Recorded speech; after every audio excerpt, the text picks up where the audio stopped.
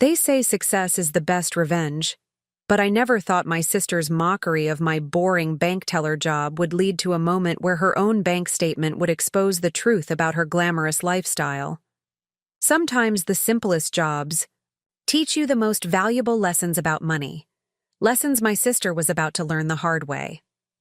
Before we jump back in, tell us where you're tuning in from, and if this story touches you, make sure you're subscribed, because tomorrow, I've saved something extra special for you. My name is Sarah Chen, and at 26, I had built what many would consider an ordinary life. I worked as a senior personal banking advisor at Western Regional Bank, a job my sister Jennifer constantly dismissed as pushing papers and counting other people's money. But there was so much more to my story than that. A story about the quiet power of financial wisdom and the true meaning of success. I still remember my first day at the bank 5 years ago, starting as a basic teller with nothing but a finance degree and determination.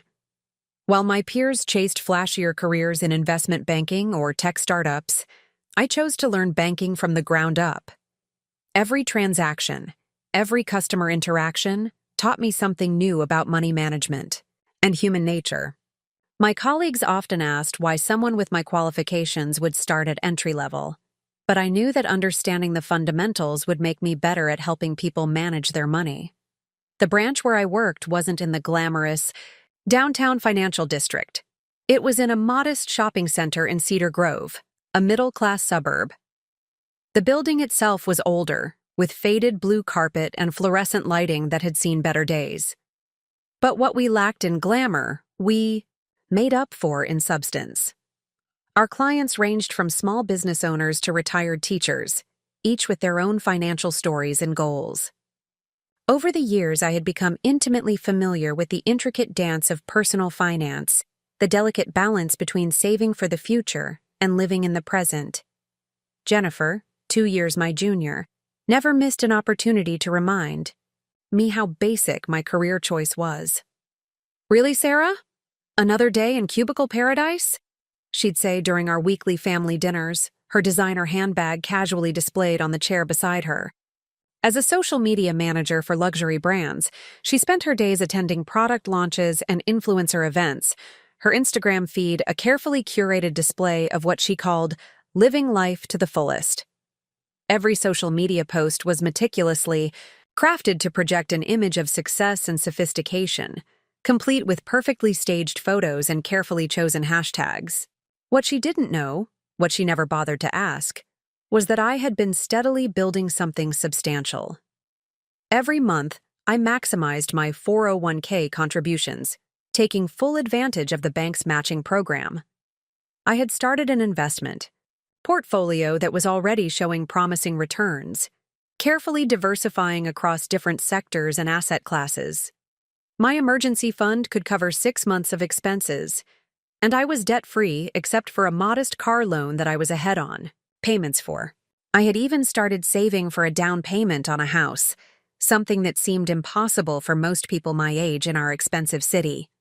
But more than the financial benefits, my job had taught me invaluable lessons about wealth and responsibility. I had seen millionaires who lived modestly and drove 10-year-old cars, their wealth carefully preserved through generations of smart decisions. I had witnessed people who looked wealthy on the outside but were drowning in debt, their designer clothes and luxury cars financed by credit cards they could barely afford to pay.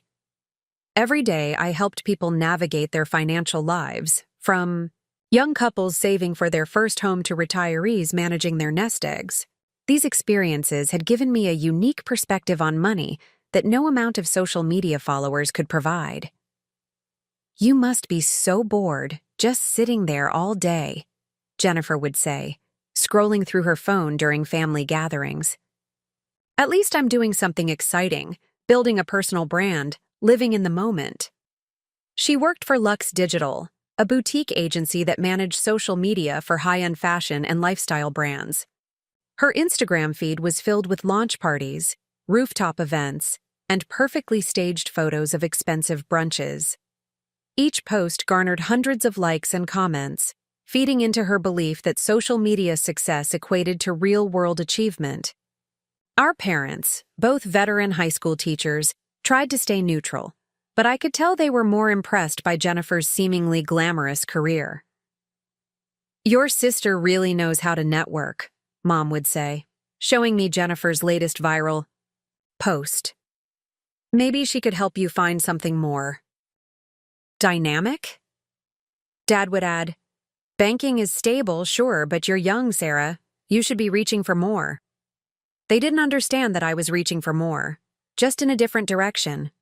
What they didn't see were the quiet victories in my daily work. Like helping Maria, an elderly widow, protect her savings from a sophisticated scam that had already claimed several victims. Or guiding Tom, a young entrepreneur, through his first business loan application, helping him turn his dream of opening a local coffee shop into reality. These weren't Instagram-worthy moments, but they mattered. They made a real difference in people's lives, creating ripples of financial security that would benefit families for generations. I had just been promoted to senior personal banking advisor, a role that came with my own office and the opportunity to help clients with more complex financial planning. The raise was substantial, though I kept that information to myself. I had learned that true financial security isn't about showing off. It's about building a strong foundation, one careful decision at a time. My new position allowed me to dive deeper into wealth management strategies, helping clients navigate everything from retirement planning to estate management. Little did I know that my boring banking knowledge would soon become crucial in ways I never expected. Jennifer's perfectly curated world was about to collide with financial reality, and my front row seat to people's financial lives had prepared me for exactly what was coming. Sometimes the most valuable lessons come from the places we least expect, and my sister was about to learn this the hard way.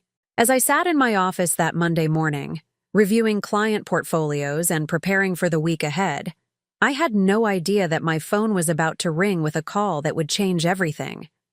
A call that would test not just my financial expertise, but my principles, my boundaries, and the complex dynamics of sisterly love.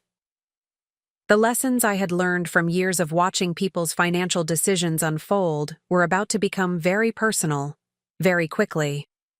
That Monday morning started like any other at Western Regional Bank.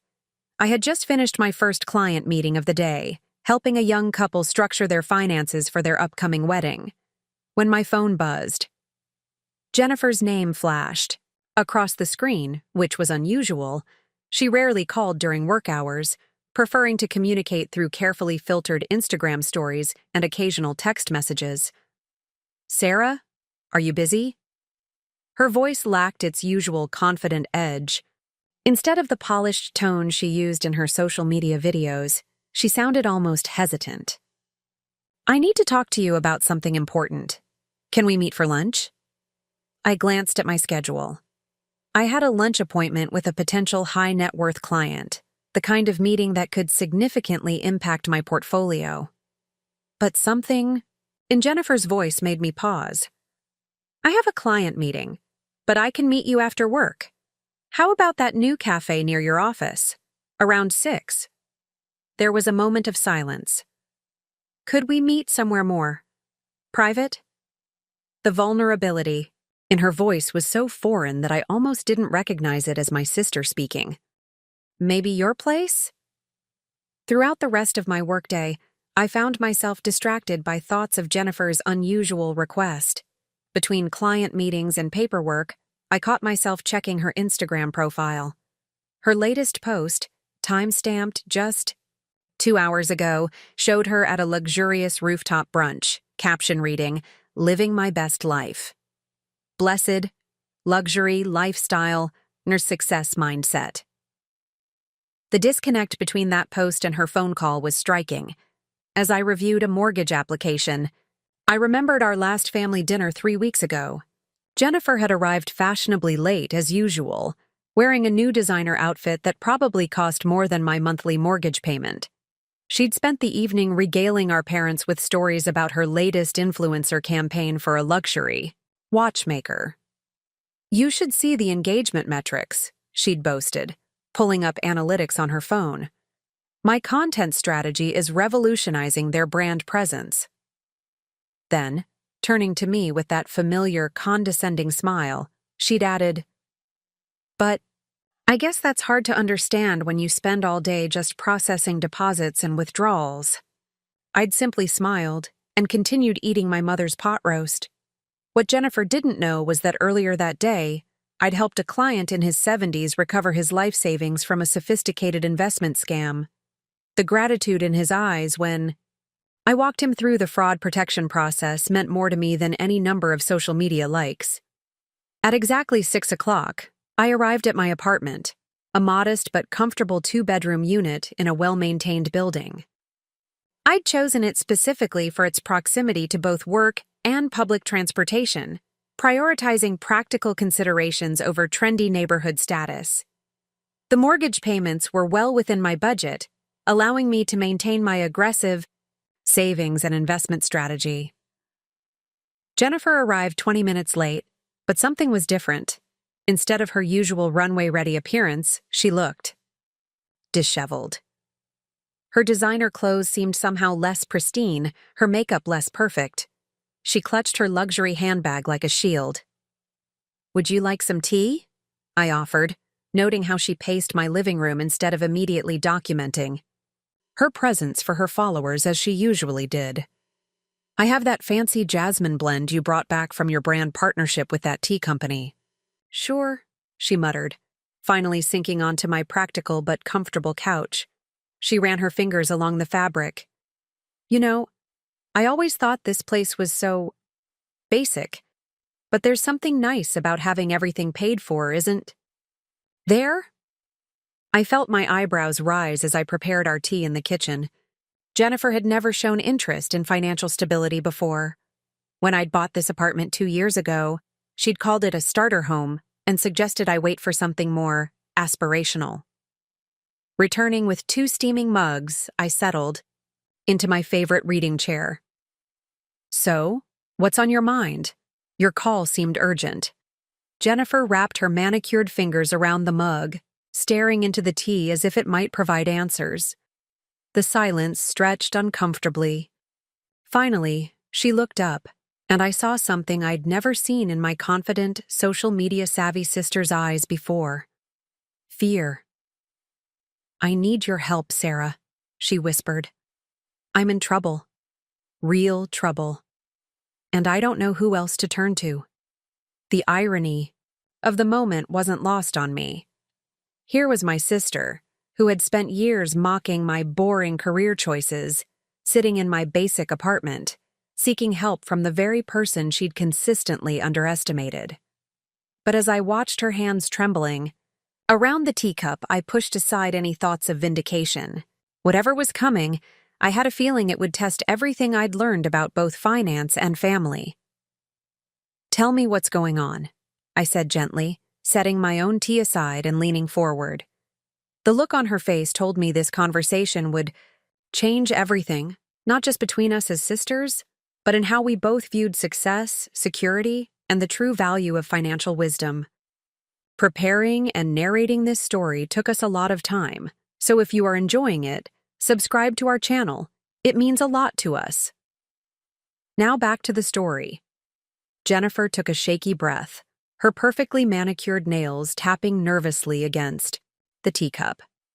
"Remember that luxury watch campaign I was working on? The one I was telling everyone about at dinner?" I nodded, recalling how she'd dominated the conversation that evening with tales of her social media success. The campaign had apparently reached millions of followers, cementing her status as a rising star in the digital marketing world. "Well," she continued, her voice barely above a whisper, "it was supposed to be my big break. The campaign metrics were amazing. Engagement through the roof, viral posts, everything. But..." She paused, swallowing hard.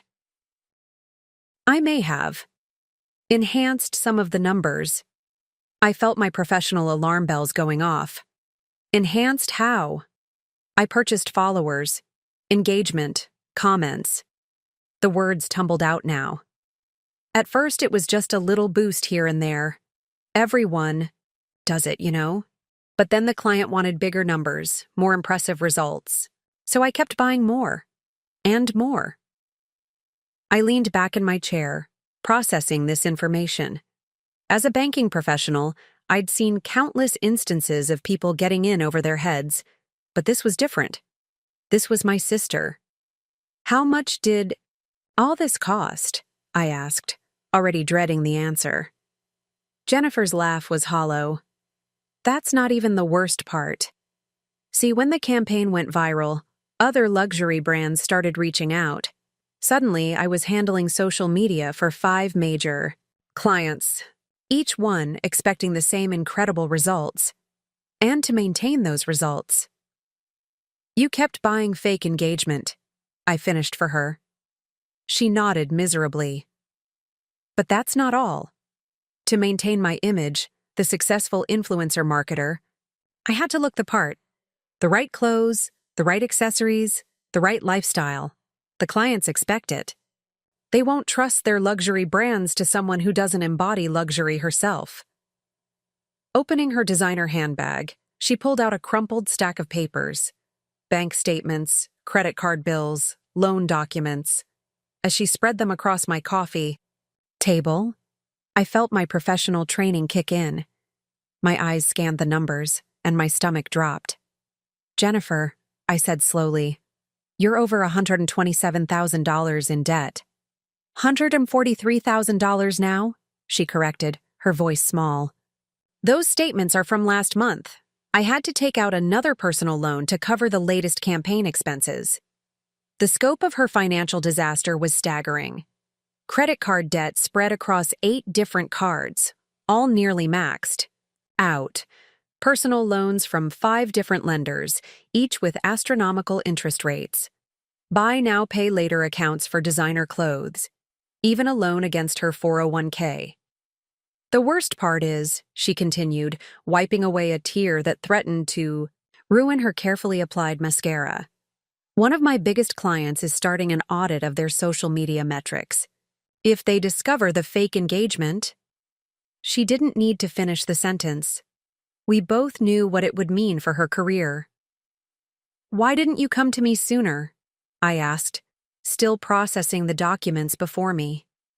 As a financial advisor, I'd helped numerous clients navigate debt, but never at this scale for someone so young. Are you kidding? Jennifer's laugh was bitter. Come to my little sister who counts other people's money for a living, the one with the sensible apartment and the boring job. Do you know how humiliating this is? Her words stung, but they also revealed something important. Jennifer, there's nothing humiliating about asking for help. What's humiliating is pretending to live a life you can't afford until it all comes crashing down. I stood up and walked to my home office, returning with a legal pad and calculator. Okay, let's break this down systematically. First, we need to list all your debts, interest rates, and minimum payments. Then we'll look at your actual income, not the income you're pretending to have for social media. For the next hour, we worked through her finances. The picture that emerged was grim. Her actual salary from the agency was decent, but nowhere near enough to support her lifestyle or service her debt. The monthly payments on her loans and credit cards were eating up nearly 80% of her take-home pay. What am I going to do? She whispered, staring at the numbers we'd written down. I can't keep buying engagement. I can't keep up with these payments. Everything's going to fall apart. Looking at my sister, really looking at her, I saw past the designer clothes and carefully curated image. I saw someone who had been caught in the trap of appearance versus reality. Someone who had confused social media success with actual financial stability. Listen to me, I said firmly. You have 2 choices right now. You can keep pretending, keep digging this hole deeper until it completely buries you. Or you can do the hard thing, the right thing, and face this head on. How? I'm drowning here, Sarah. It won't be easy, I admitted. And it won't be quick. But if you're willing to make some major changes, I can help you create a plan. A real plan, not an Instagram-worthy fantasy. The look she gave me was equal parts hope and terror. What kind of changes? I took a deep breath, knowing my next words would either push her away or mark the beginning of her financial recovery. First, you need to come clean about the fake engagement to your clients and your agency. Then, we need to completely restructure your finances and your life. The silence that followed was heavy with possibility. In that moment, sitting in my basic apartment surrounded by evidence of my sister's financial disaster, I realized that sometimes the most important lessons come wrapped in the hardest truths. Jennifer stared at me as if I'd suggested she jump off a cliff. Come clean? Are you insane? I'll lose everything. My clients, my job, my reputation. You're going to lose those anyway if you keep going down this path, I replied, years of financial advising experience evident in my voice. The difference is, if you come forward now, you control the narrative. Wait until you're caught, and you'll have no control at all. I pulled up a spreadsheet on my laptop, one I used with clients facing debt crises. Let's look at this objectively. Your current monthly expenses. I typed in the numbers we'd discussed, and the screen filled with red figures. $3,500 for rent in that luxury high-rise downtown, $1,200 in car payments for the BMW, $800 minimum payments just on credit cards, designer clothes, expensive restaurants, high-end salon visits. I looked up at her. Jennifer, you're spending nearly $9,000 a month while bringing in less than $5,000 after taxes. She slumped deeper into the couch. I know it looks bad, but these expenses are investments in my brand. No one takes you seriously in luxury marketing if you don't live the lifestyle. Really? I challenged gently. Let me tell you about one of my clients. She runs a successful luxury concierge service making 7 figures annually. Know what car she drives? A 5-year-old Toyota. Her office? A converted garage. She puts her money into growing her business, not looking like she's successful. Jennifer's perfectly sculpted eyebrows furrowed. But my Instagram followers expect... Your Instagram followers aren't paying your bills, I interrupted. In fact, you're paying for them, literally, with money you don't have. I turned my laptop to show her another spreadsheet. Look at this. If you continue on your current path, even if you stopped all additional spending today, with the interest rates on your loans and credit cards, you'll be over $200,000 in debt within 18 months. The color drained from her face. That's impossible. I make good money. You make good money, but you're spending great money, I corrected. And that's before we factor in what happens when your clients discover the fake engagement metrics. Standing up, I walked to my bedroom and returned with a small photo album. Remember this? I opened it to reveal pictures from our childhood. Remember when we used to play store in the backyard? You were always so good with people, so creative. That hasn't changed, Jennifer. Your talent isn't in the fake numbers. It's in your ability to connect with people authentically. She took the album, fingers tracing over our younger selves. But if I come clean, I'll be blacklisted in the industry. No one will trust me again. Maybe in the luxury social media world, I acknowledged. But think bigger. Your skills, your real skills, in digital marketing, content creation, and audience engagement are valuable. Small businesses, startups, educational institutions, they all need someone who understands how to build genuine online connections. I pulled up another document on my laptop. I've drafted 2 plans. Plan A assumes you continue on your current path until the inevitable crash. Plan B is harder, initially, but offers a way out. Jennifer leaned forward, finally ready to listen. What's Plan B? First, you move out of that expensive apartment. I have a spare bedroom. It's not luxury, but it's free. Sell the BMW, get something practical. We negotiate with your creditors for reduced payoff amounts.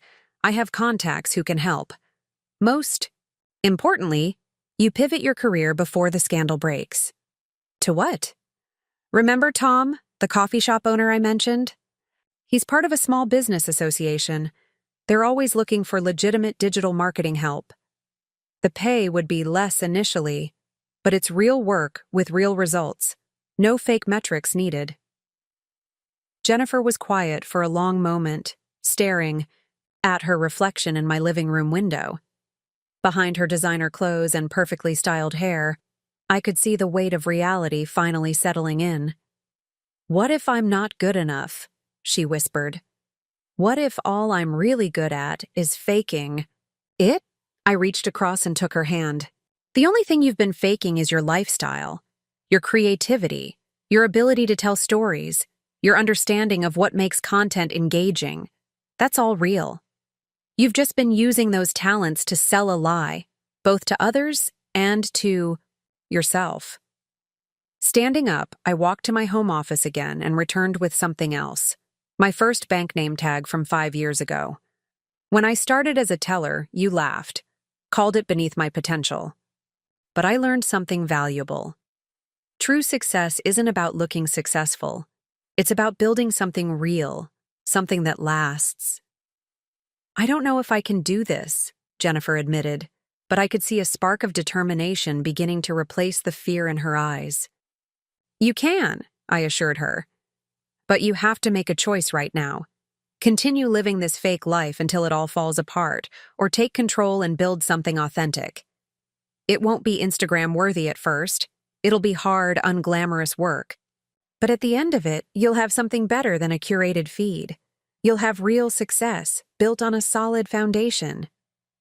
The sun had set outside my window, casting long shadows across my modest living room.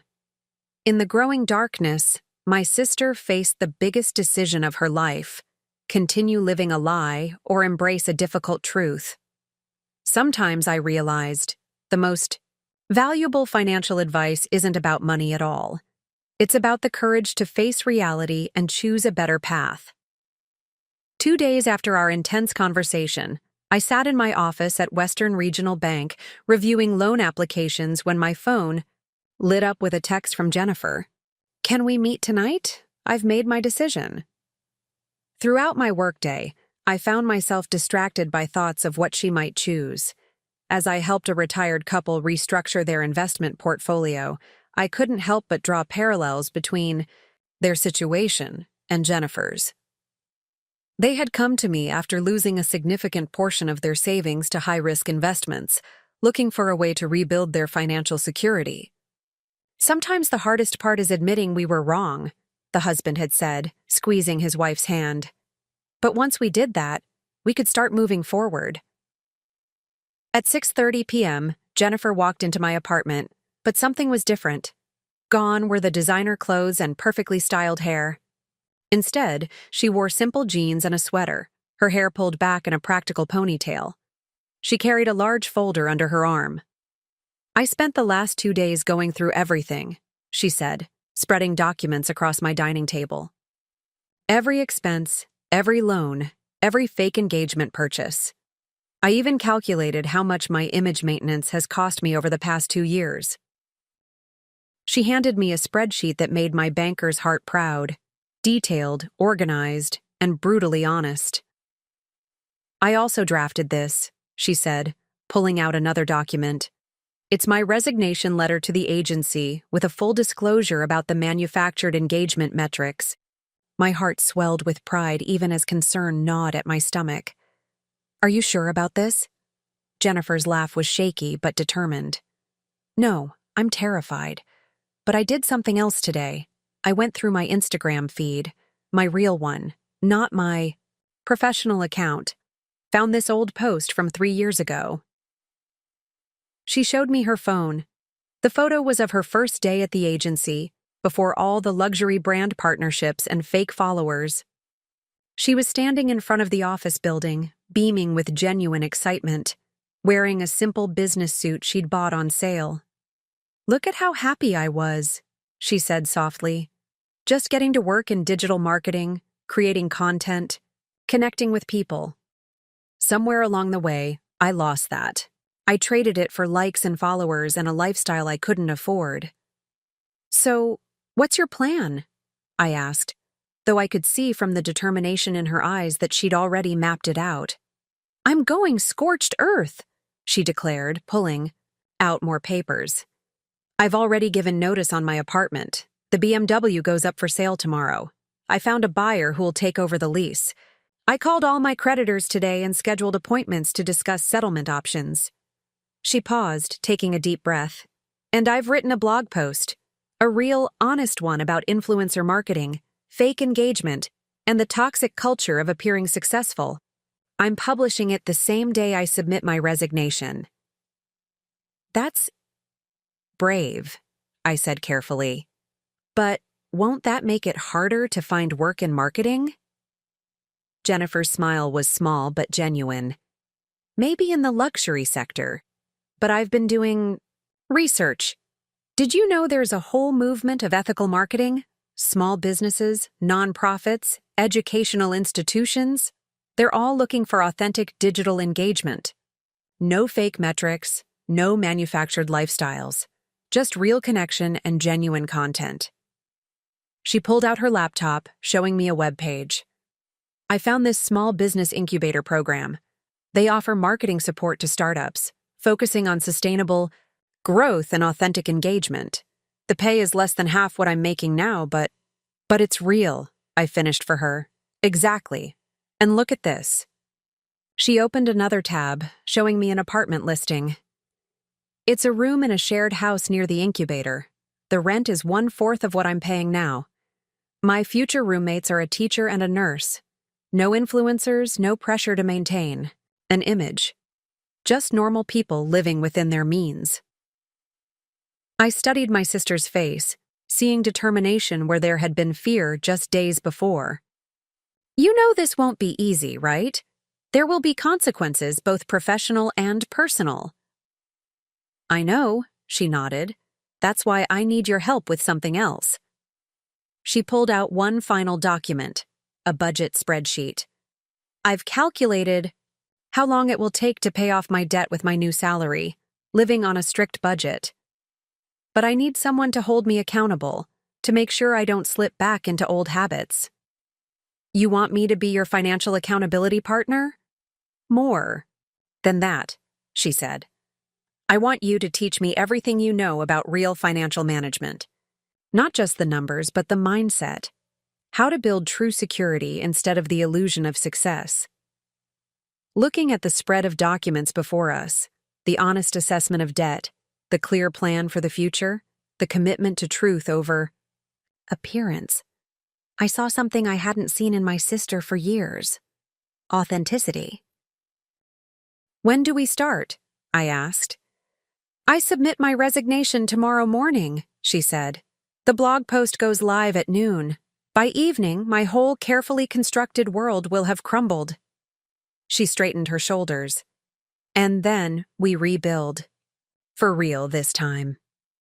As we spent the next few hours refining her budget and planning her debt repayment strategy, I realized that sometimes the biggest act of love isn't protecting someone from consequences. It's helping them face those consequences with courage and integrity. My boring banking job had taught me that true financial security isn't built on appearances or social media metrics. It's built on honest work, careful planning, and the courage to face reality. Now, watching my sister choose truth over illusion, I knew she was about to learn the same valuable lesson. The day Jennifer's blog post went live was like watching a controlled demolition. I sat in my office at Western Regional Bank, unable to focus on my work as I periodically checked social media. By 2 p.m., her post had gone viral, but not in the manufactured way she was used to. This was raw, real engagement. Confessions of a reformed influencer marketing manager, the truth about fake engagement spread through the digital marketing community like wildfire. Jennifer had been brutally honest, not just about her own mistakes, but about the systemic issues in the industry. She detailed how the pressure to maintain appearances had led to financial ruin, and how the culture of fake metrics was hurting both brands and consumers. My phone buzzed with a text from her. Agency security just escorted me out. Marketing director called me a disgrace to the industry. But 3 small business owners have already reached out about consulting work. Real work, Sarah. I was about to respond when my office door opened. It was Linda, my branch manager. Sarah, got a minute? We need to talk about these social media posts going around. Your sister. My heart sank. I hadn't considered how Jennifer's revelation might impact my own professional reputation. Banking was built on trust, and my sister had just publicly admitted to fraud. I understand if this affects my position here, I started, but Linda held up her hand.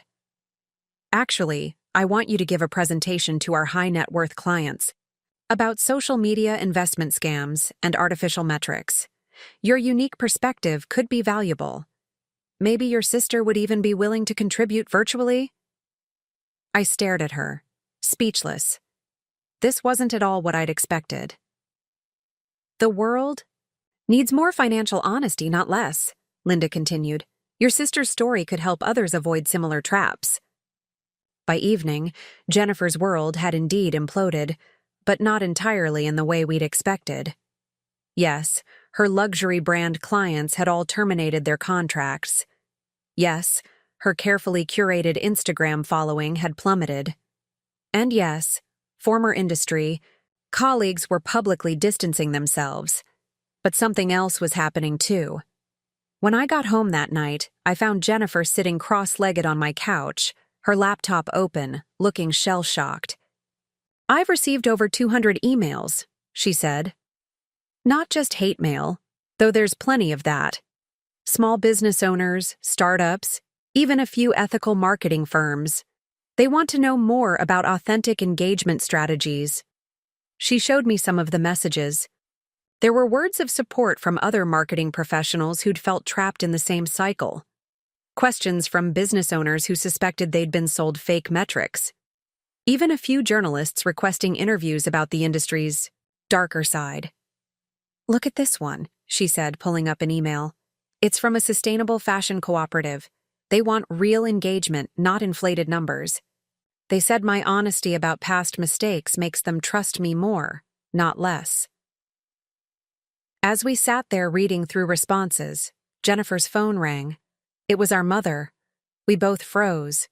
We hadn't told our parents anything yet. Jennifer answered on speaker. Hi, Mom. Jennifer Chen. Mom's voice filled the room. I just got off the phone with Aunt Susan. She says you're all over social media, something about fake numbers and quitting your job. What's going on? All those wonderful brand partnerships. Mom, Jennifer interrupted, her voice stronger than I expected. Those partnerships weren't wonderful. They were built on lies. I was lying to everyone, including myself, but especially to you and Dad. There was a long pause. But you were doing so well. No, Mom. I was pretending to do well. There's a difference. Jennifer looked at me, drawing strength. I was drowning in debt, living a fake life for social media. But that's over now. I'm starting over. Doing honest work. But what will people think? They'll think I'm brave, Jennifer said firmly. They'll think I'm honest. And if they don't, that's okay. I'd rather be authentically unsuccessful than successfully fake. After we hung up, Jennifer turned to me. That was harder than publishing the blog post. You did good, I assured. Really good. She nodded, then pulled out her budget spreadsheet. Okay, reality check time. I have exactly $247 in my checking account. My credit cards are all maxed out. I start the incubator job next week at less than half my previous salary.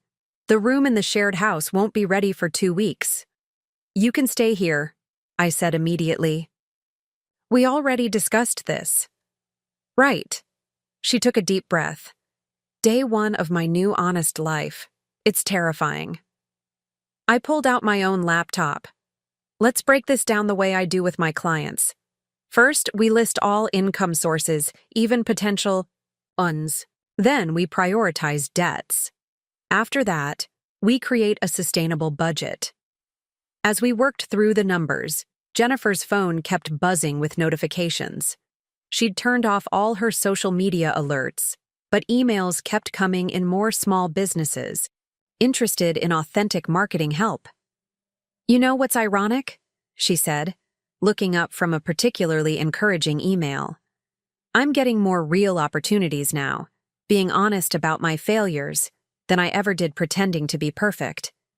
That's because authenticity has real value, I replied, thinking of my own career path. I learned that as a teller. People trust you more when you're genuine, even if what you're being genuine about isn't pretty. Looking at my sister, really looking at her, I saw someone different from the polished influencer of a week ago. She looked younger somehow, unburdened despite the enormous challenges ahead. The mask of perfection had cracked, but the real person emerging was far more interesting. Ready to plan tomorrow? I asked, turning to a fresh page in my notebook. She squared her shoulders. Ready to plan the rest of my life. For real this time. The next morning, I woke up to the sound of typing from my living room. Jennifer was already awake, sitting cross-legged on the couch she now slept on, intensely focused on her laptop.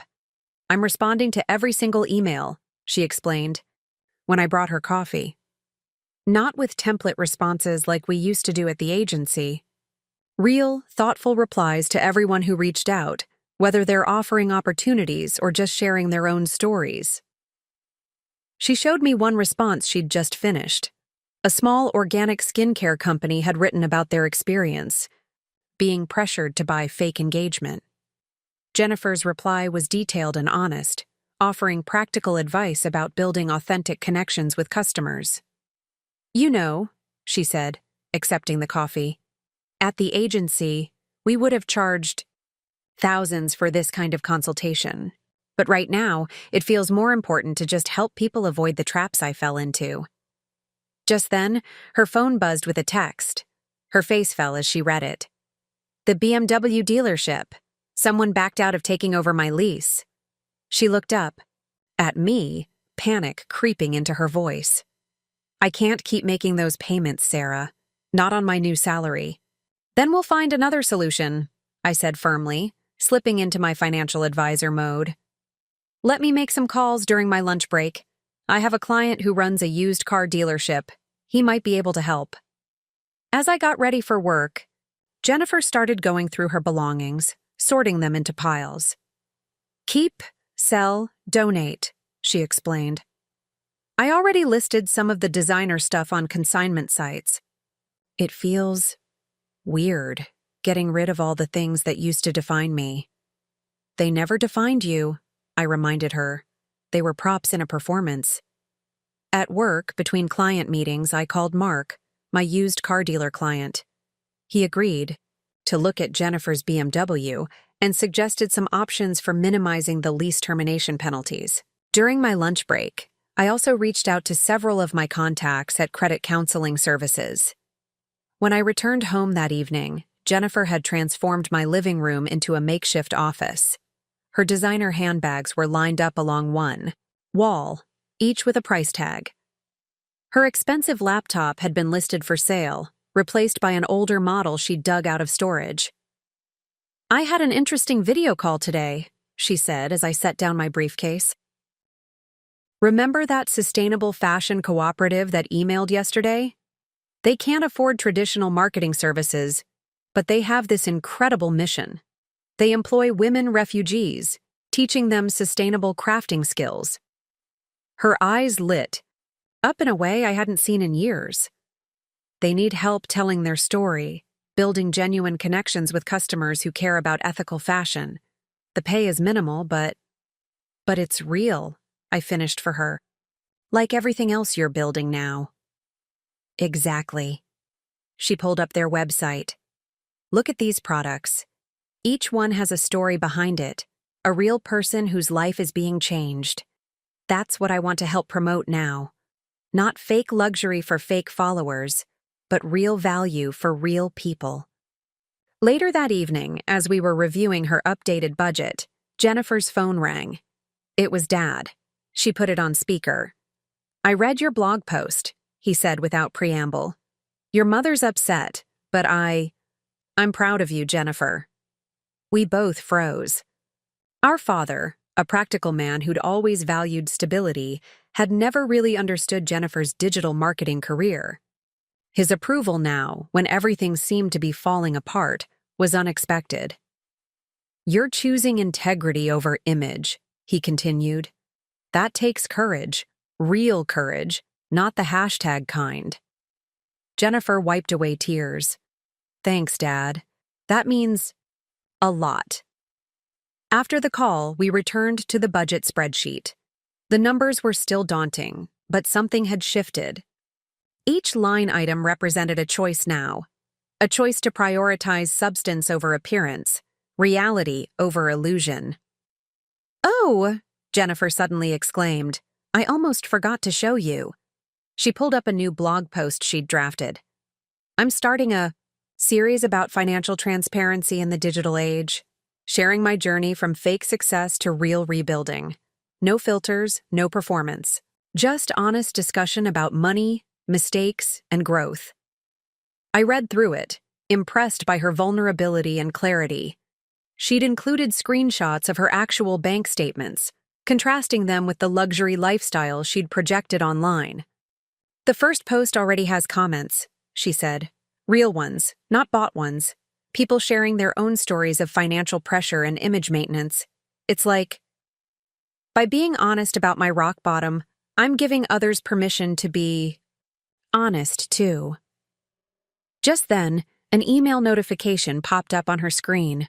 The Sustainable Fashion Cooperative had sent over a formal proposal for a 3-month trial collaboration. The pay was indeed modest, but it included something more valuable: the opportunity to build a real marketing strategy based on authentic stories and genuine impact. "What do you think?" she asked, though I could see the decision in her eyes. "Already." "I think," I replied carefully, "that when you're rebuilding from the ground up, the foundation matters more than the initial height. This could be a solid foundation." Jennifer nodded, then turned to her sell pile of designer items. "You know what? Maybe it's time to photograph these without filters or fancy lighting. Just honest pictures of used luxury items, with real descriptions of their condition, no more perfect staging." Watching her photograph her old life's trappings with such straightforward honesty, I realized that sometimes hitting rock bottom isn't the end. It's the beginning of building something more authentic, more sustainable, and ultimately more valuable than any carefully curated image could ever be. A week into Jennifer's new life, reality began to set in. I came home from work to find her surrounded by spreadsheets, receipts, and past due notices, her hair tied back in a messy bun, a far cry from her once-perfect Instagram aesthetic. "I've been going through everything," she said, barely looking. "Up every expense, every debt, every poor financial decision I made over the last 3 years. It's overwhelming." She handed me a detailed list that made even my experienced banking eyes widen.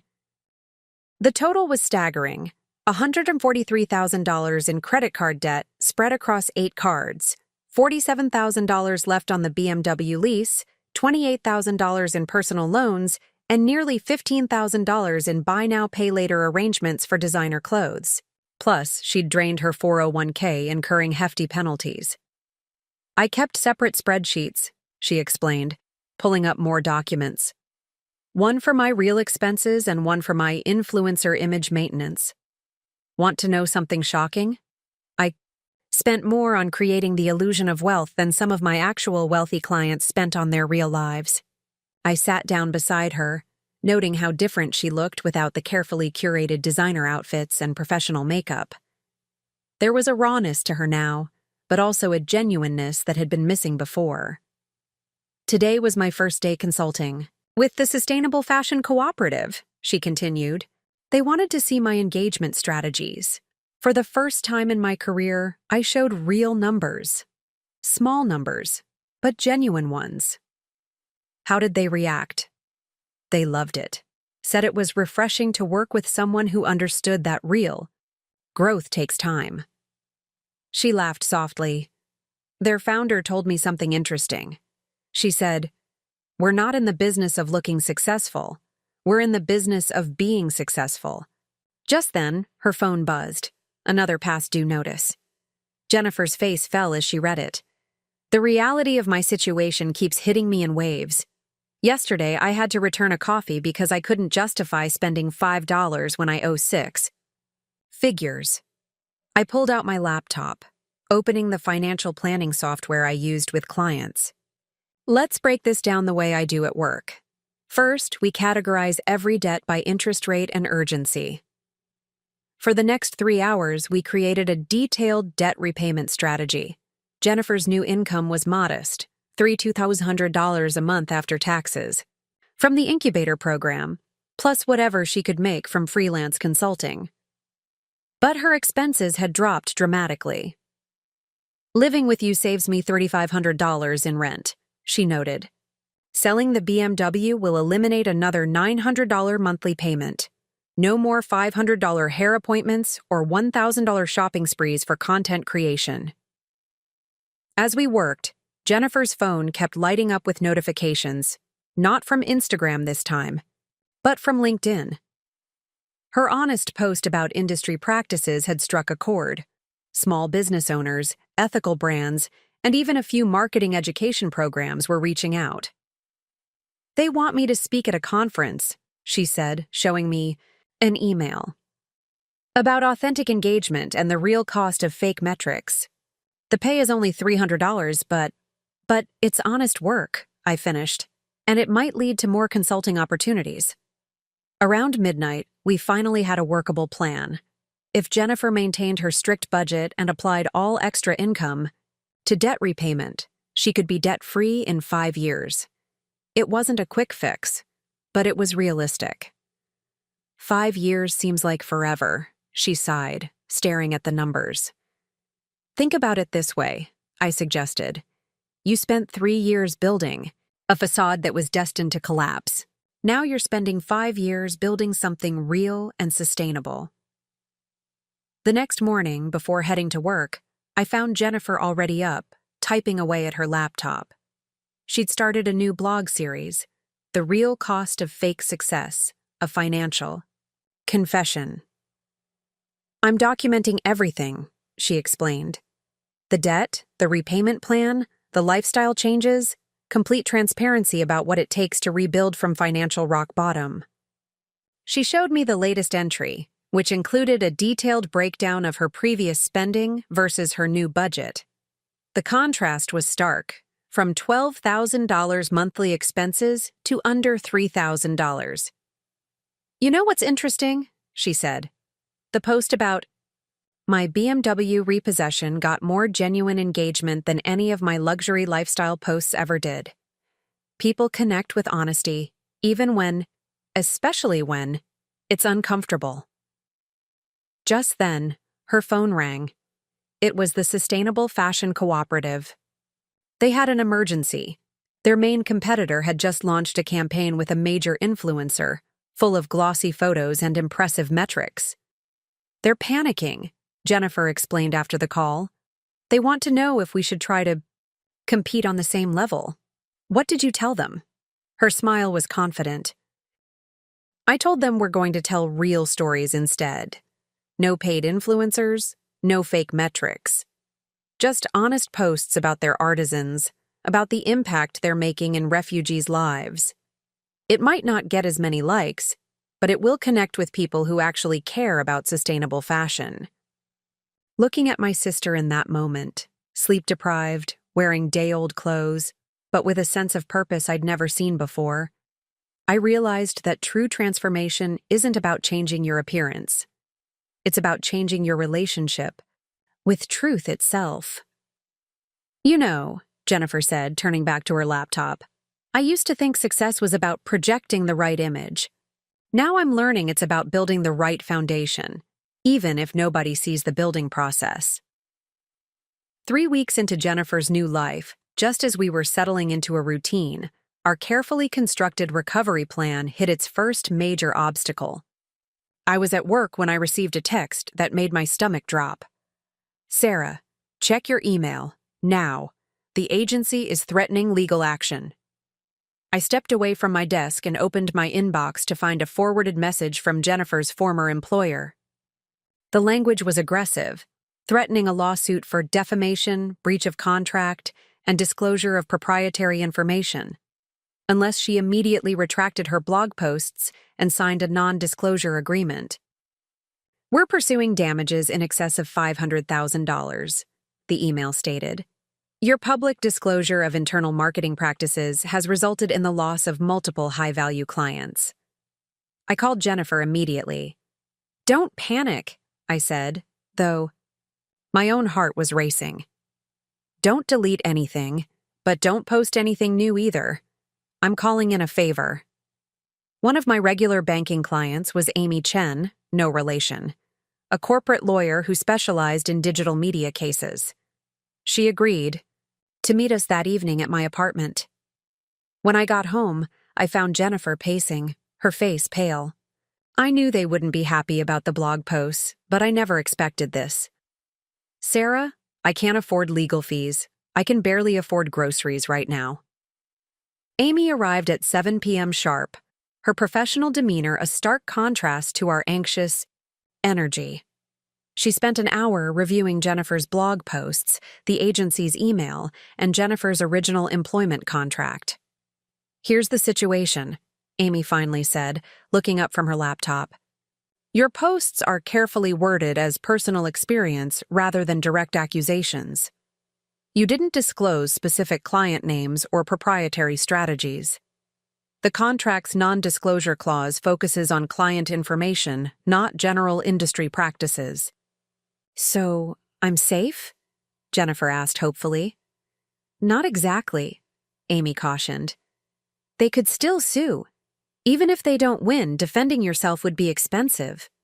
But," she smiled slightly, "I think we can turn this around." For the next 2 hours, Amy helped Jennifer draft a response. It was respectful but firm, pointing out that her posts addressed industry-wide practices without revealing proprietary information. More importantly, everything she'd written was demonstrably true. "Truth is the ultimate defense against defamation," Amy explained, "and public interest in unethical marketing practices provides additional protection. But here's what really strengthens your position: the response to your posts." She pulled up Jennifer's blog analytics. The comments section was filled with other marketing professionals sharing similar experiences, small business owners describing how they'd been pressured to buy fake engagement. Even former clients of various agencies admitting they'd suspected their metrics were inflated. "You've started an important public conversation," Amy said. "Any lawsuit would only amplify your message. I suspect they know this, which is why they're trying to intimidate you into silence." Jennifer sat quietly, for a moment, absorbing this information. Then she opened her laptop and showed us something. Dozens of unread emails from her blog readers. "These people trusted me when I shared my mistakes," she said softly. "They're starting their own honest marketing practices because of my posts. If I take everything down now, what message does that send?" Amy nodded approvingly. "Let me handle the legal response. But I have a suggestion for your next blog post. Instead of focusing on past practices, why not highlight positive changes? Share success stories of businesses building genuine engagement?" "Like the Sustainable Fashion Cooperative," Jennifer brightened. "Their latest campaign reached fewer people than their competitors' influencer posts, but their sales increased because they connected with customers who really care about their mission." The next morning, I found Jennifer already at her laptop, working on a new post titled "Building Real Success: Stories of Authentic Marketing." "I'm featuring small businesses that chose genuine engagement over inflated metrics," she explained, "including real numbers, both successes and failures. Complete transparency. Won't that affect your consulting opportunities? I asked. Showing the hard numbers? Maybe, she admitted. But I'm done pretending things are better than they are. Real success isn't about impressive numbers. It's about genuine impact. Just then, her phone rang. It was the director of the business incubator program where she worked. He'd heard about the legal threats. I thought he was calling to fire me, Jennifer told me later. Instead, he offered to feature my story in their next workshop on ethical business practices.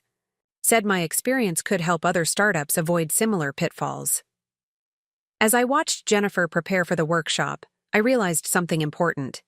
The agency's threats, intended to silence her, had actually reinforced her commitment to transparency. Each attempt to discredit her only proved the importance of her message. You know what's ironic? She said that evening, showing me the outline for her workshop presentation. When I was faking success, I was constantly afraid of being exposed. Now that I'm being completely honest about my failures, I'm no longer afraid. They can't expose what I've already admitted. Amy's official response to the agency went out the next day. Within hours, they backed down, saying they would reconsider their position. But the experience had changed something in Jennifer.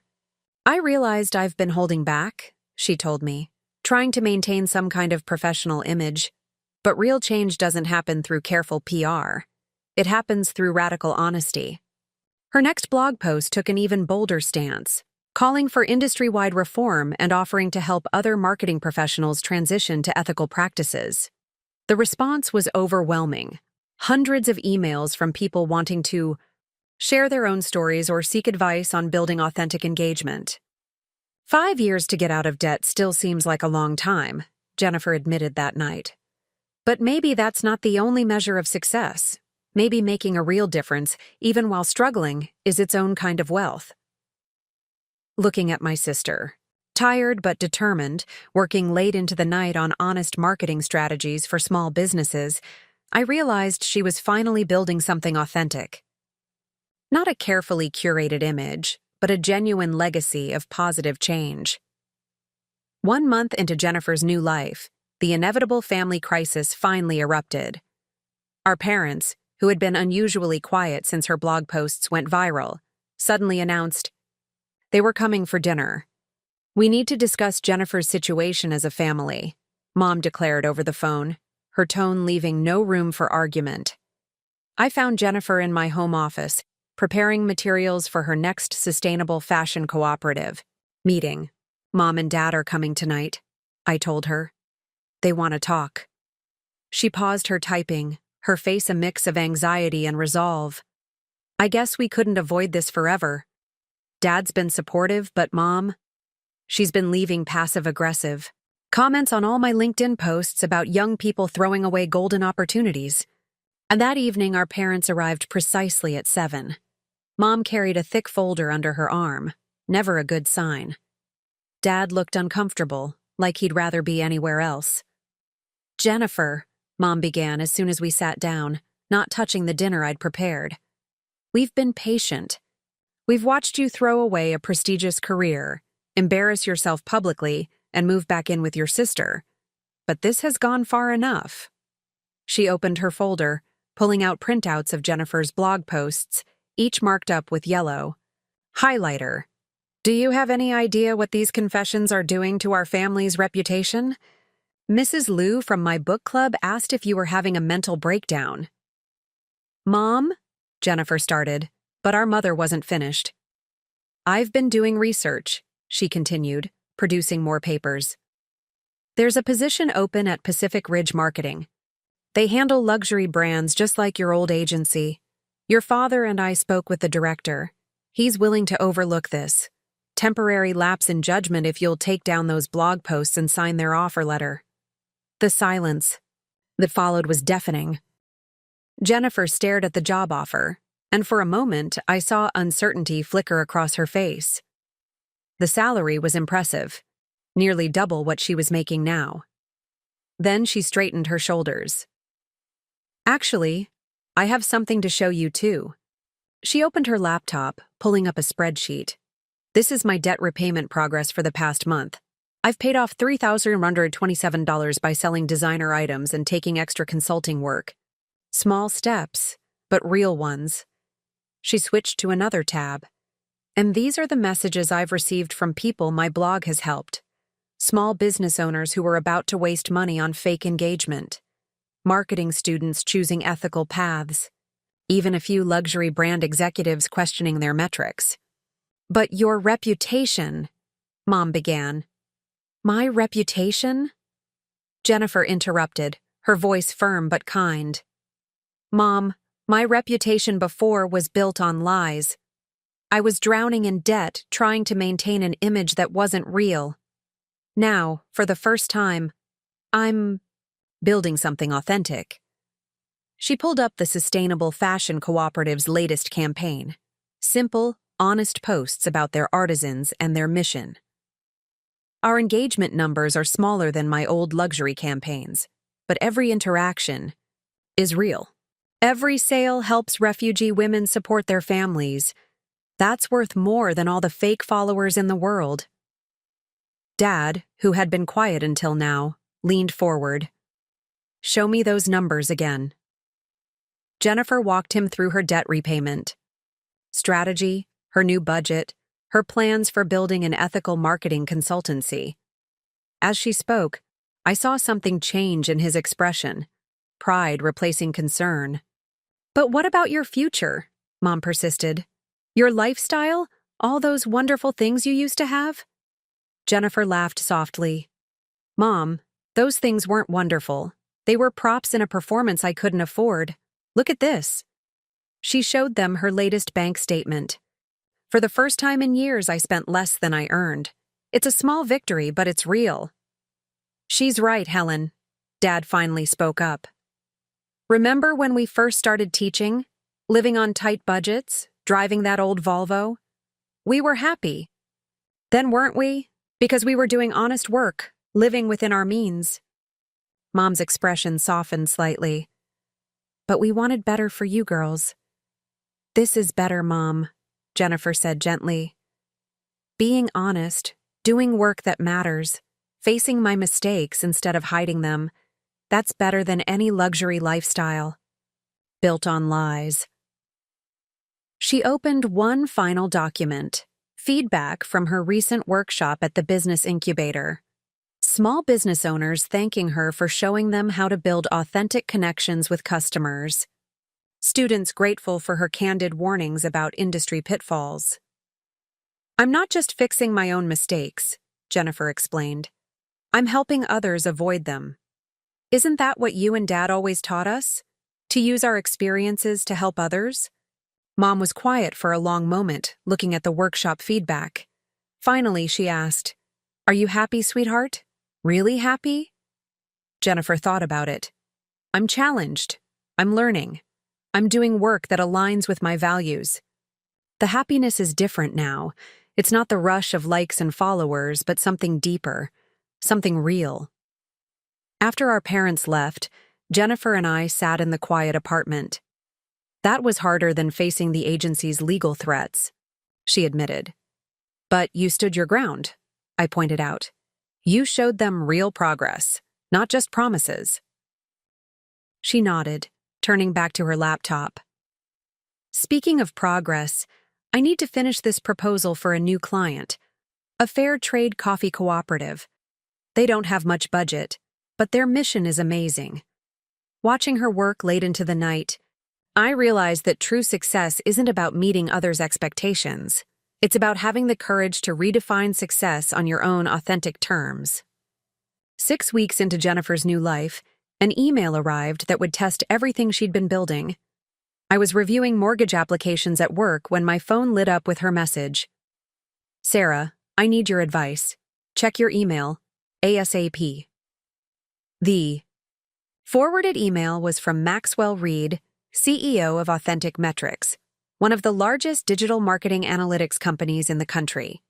He had read Jennifer's blog posts and wanted to meet. Initially, we were concerned about your revelations regarding industry practices, his email read. But your commitment to transparency and ethical marketing aligns with a new initiative we're developing. Would you be interested in consulting on our new authenticity verification platform? The proposed compensation made my banking brain spin. It would clear Jennifer's debt in 18 months instead of 5 years. But there was a catch. We'll need you to sign an NDA about our proprietary technology, the email continued. This would require suspending your blog and public speaking about industry practices until the platform launches. When I got home that evening, I found Jennifer surrounded by spreadsheets and pros-cons lists. Her laptop showed multiple tabs of research about authentic metrics and their previous projects. "They're legitimate," she said before I could ask. "Their technology could actually help combat fake engagement, but..." She gestured at her latest blog post draft, titled, "Week 6 of Financial Recovery, The Real Numbers." "You'd have to stop the transparency campaign," I finished for her. "Exactly. Everything I've built in the past 6 weeks, the blog, the workshops, the consulting for small businesses, it's all based on complete honesty. Taking this offer feels like going backward." I sat down beside her, looking at the numbers she'd laid out. The offer was tempting, enough to clear her debts and establish a solid financial foundation. But I understood her hesitation. "Tell me about your sustainable fashion client," I said. "How's their campaign going?" Jennifer's face lit up as she pulled up their latest metrics. "We just hit a milestone. Our posts reach fewer people than their competitors, but our engagement rate is 8 times higher. Real people having real conversations about ethical fashion. Yesterday, one of their artisans' stories led to their highest single-day sales ever." She switched to another tab, showing me messages from her blog readers. "And look at these. 3 former marketing executives started their own ethical consulting firms after reading my posts. 24 small businesses canceled contracts with agencies selling fake engagement. I'm not just sharing my story anymore. I'm part of a movement." Just then, her phone rang. It was Lisa, the founder of the Sustainable Fashion Cooperative. "Jennifer, do you have a minute? We just got an interesting offer." Jennifer put the call on speaker. A major fashion influencer had approached the cooperative, offering to promote their products. The influencer had millions of followers and impressive engagement metrics. "Their reach would be massive," Lisa admitted. "But after everything we've learned from you about authentic marketing, I wanted your honest opinion." I watched as Jennifer pulled up the influencer's analytics, using the skills she'd once used to create fake engagement to now detect it. "Lisa, I'm seeing red flags. Their engagement patterns suggest at least 60% of their followers are bot. You'd be paying for an audience that isn't real." "That's what I thought," Lisa sighed. "But our investors are pushing for bigger numbers. They don't understand why our engagement rate matters more than our follower count." "Send me their contact information," Jennifer said firmly. "I'll prepare a presentation explaining the difference between vanity metrics and real customer connections. Include case studies from our current campaign." After the call, Jennifer turned to me. "You know what? I think I just made my decision about authentic metrics." She opened her laptop and began drafting a response to Maxwell Reed. I read over her shoulder as she wrote, "Thank you for your interest in my work on ethical marketing practices. Your authenticity verification platform sounds promising, and I'm honored by your offer. However, I believe I can make a greater impact by continuing my current path of complete transparency and helping small businesses build genuine connections with their customers." "You're turning down a lot of money," I observed. "I'm choosing something more valuable," she replied. "Remember what you taught me about compound interest? Well, this is like compound integrity.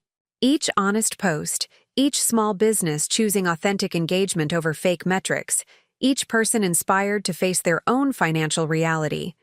It all adds up to something bigger than my personal debt repayment." She showed me her updated budget spreadsheet. Look, I've already found ways to increase my income ethically. 3 new small business clients this week alone. I'm launching an online course about authentic marketing strategies. Yes, it'll take longer to clear my debt this way, but I'll be building something sustainable. Just then, another email arrived, an invitation to speak at a major digital marketing conference. The topic? The real ROI of authentic engagement. Last year, I would have killed for an opportunity like this, Jennifer mused. But I would have filled my presentation with inflated numbers and empty buzzwords. Now I can share real data, real failures, and real successes. Looking at my sister, tired but fulfilled, choosing a harder path for the right reasons, I realized that sometimes the biggest opportunities aren't the ones with the highest price tags, but the ones that allow you to stay true to your principles while helping others do the same. You know what's funny? Jennifer said, turning back to her work. When I was faking success, every day felt like a performance. Now that I'm being completely honest about my struggles, I finally feel successful. 2 months into Jennifer's journey of financial recovery and ethical marketing, something unexpected happened that would challenge everything she'd built. I was in the middle of a client meeting when my assistant interrupted with an urgent message. Your sister's blog has been featured on Digital Marketing Today. It's going viral. When I got home that evening, I found Jennifer staring at her laptop in disbelief. The article, titled, From Fake Followers to Real Impact, How One Marketers. Confession Changed the Industry, had sparked a firestorm of discussion across social media. Sarah, look at these comments, Jennifer said, scrolling through hundreds of responses. Marketing executives admitting to similar practices. Small business owners sharing how they were pressured into buying fake engagement. Even celebrities confessing to purchasing followers. But it wasn't just comments. Her inbox was flooded with emails from major media outlets requesting interviews. Marketing conferences wanted her as a keynote speaker. Publishers were inquiring about book deals. This is what I wanted before, she said quietly. Attention, recognition, but now. She gestured at her simple workspace in my living room, surrounded by spreadsheets tracking her debt repayment progress. Now it feels different. Just then, her phone rang. It was Marcus Zhang, CEO of Transform Digital, one of the largest marketing agencies in Asia. I read your story, he said without preamble. We're launching a new division focused on ethical marketing practices. We want you to lead it. The offer was staggering. A 6-figure salary, full debt repayment, and an executive position. Everything Jennifer had once dreamed of, served on a silver platter. Take some time to think about it, Marcus said. We'll send over the details tomorrow. After she hung up, Jennifer sat in silence for a long moment. 2 months ago, this would have been my dream offer, she finally said.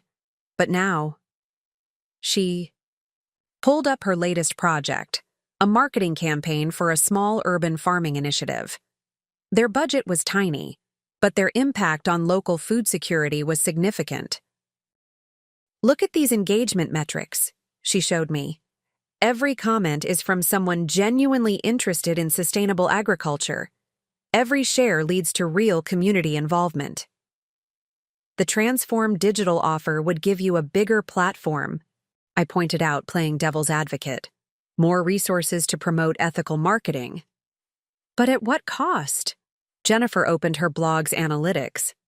Right now, people trust me because I'm in the trenches with them. I'm sharing real numbers, real struggles, real solutions. How authentic would I be leading a corporate division from a corner office?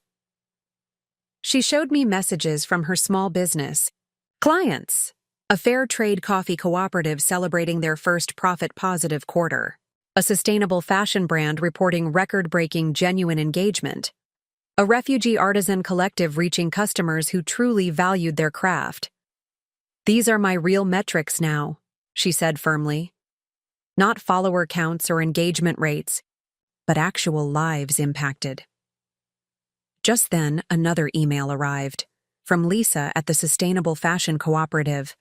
They'd received an acquisition offer from a major retail chain, but there was a catch. They'd need to scale up production, potentially compromising their commitment to fair labor practices.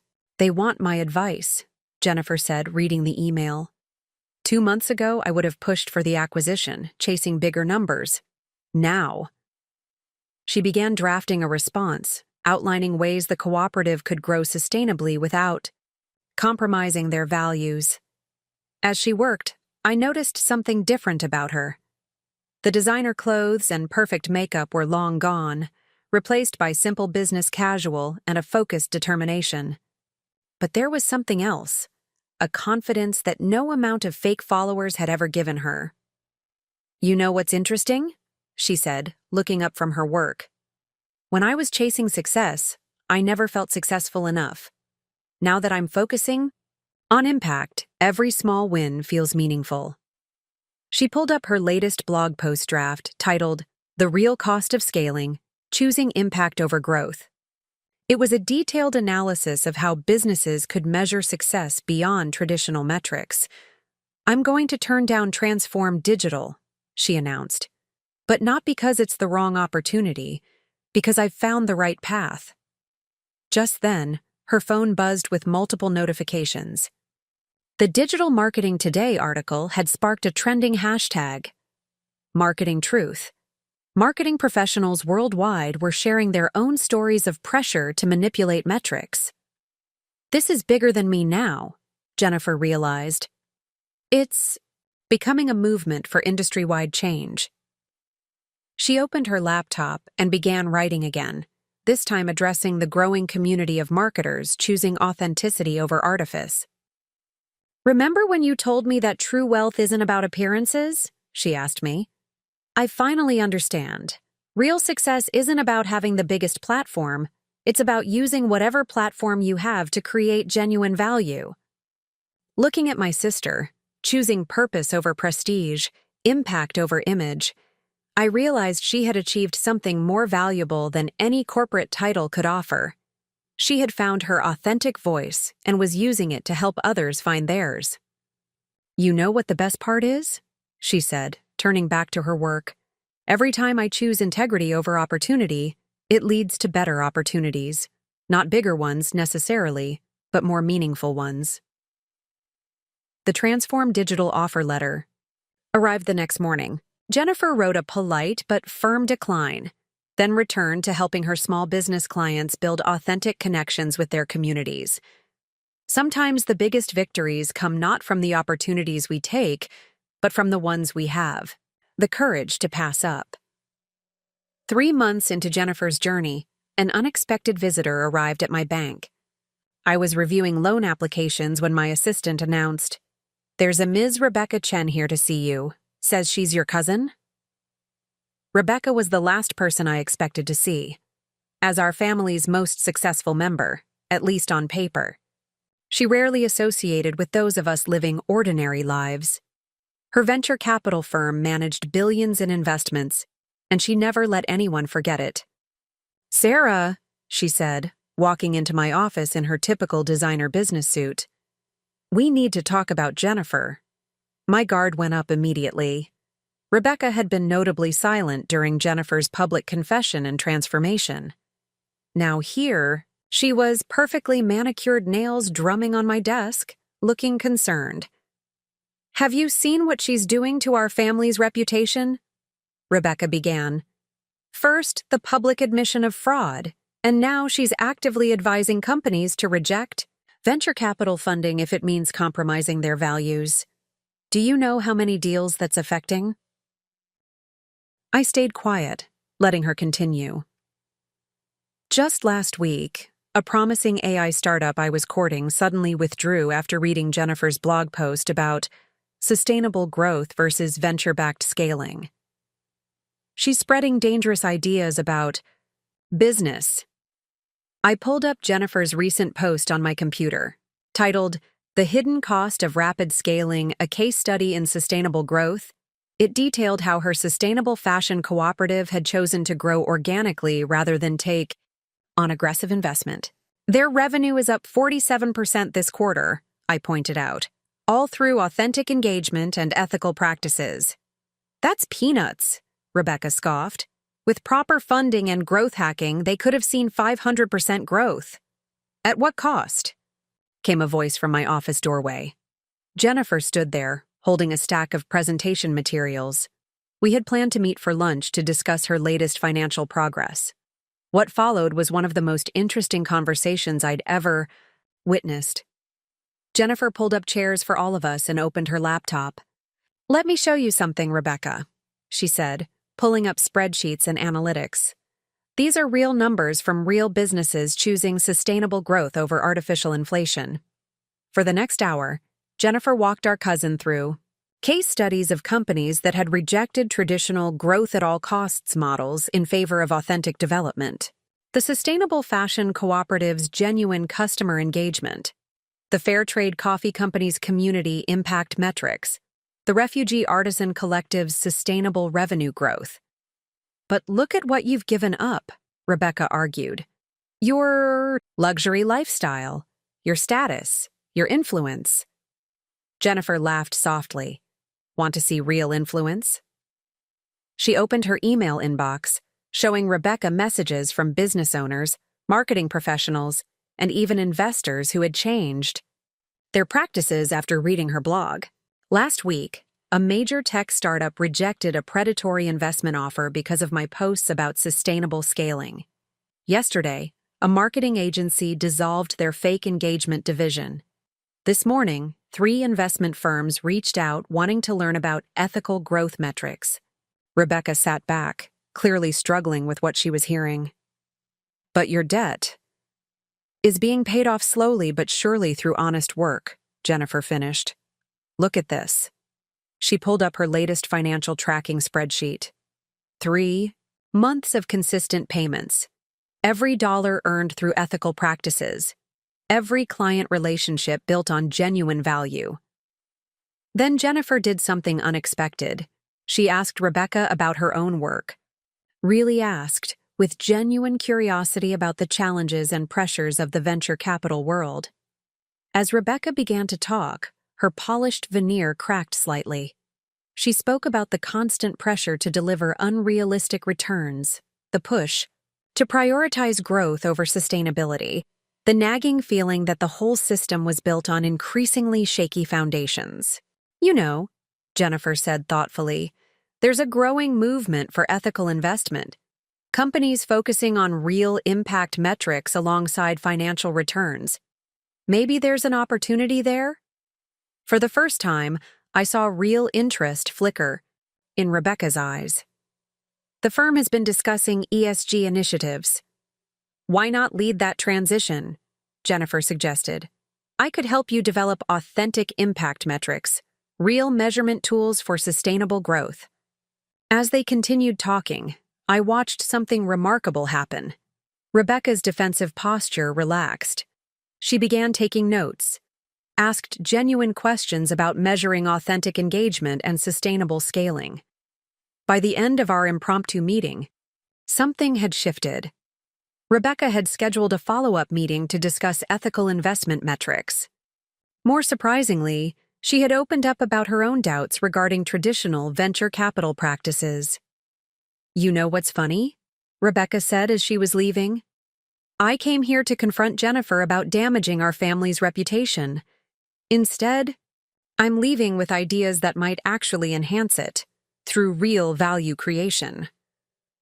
After she left, Jennifer turned to me with a smile. 3 months ago, I would have been intimidated by Rebecca. Felt like a failure compared to her success. Now I realize we're all just trying to figure out how to create genuine value in our own ways. Looking at my sister, confidently sharing her hard-earned wisdom with our formerly intimidating cousin, I saw how far she'd come. Her influence wasn't built on fake metrics anymore, but on the authentic power of honest transformation. "Ready for lunch?" she asked, gathering her materials. "I want to show you the new workshop I'm developing on measuring real impact versus vanity metrics." As we headed out, her phone buzzed with another message. Rebecca had already shared her blog with her firm's partners.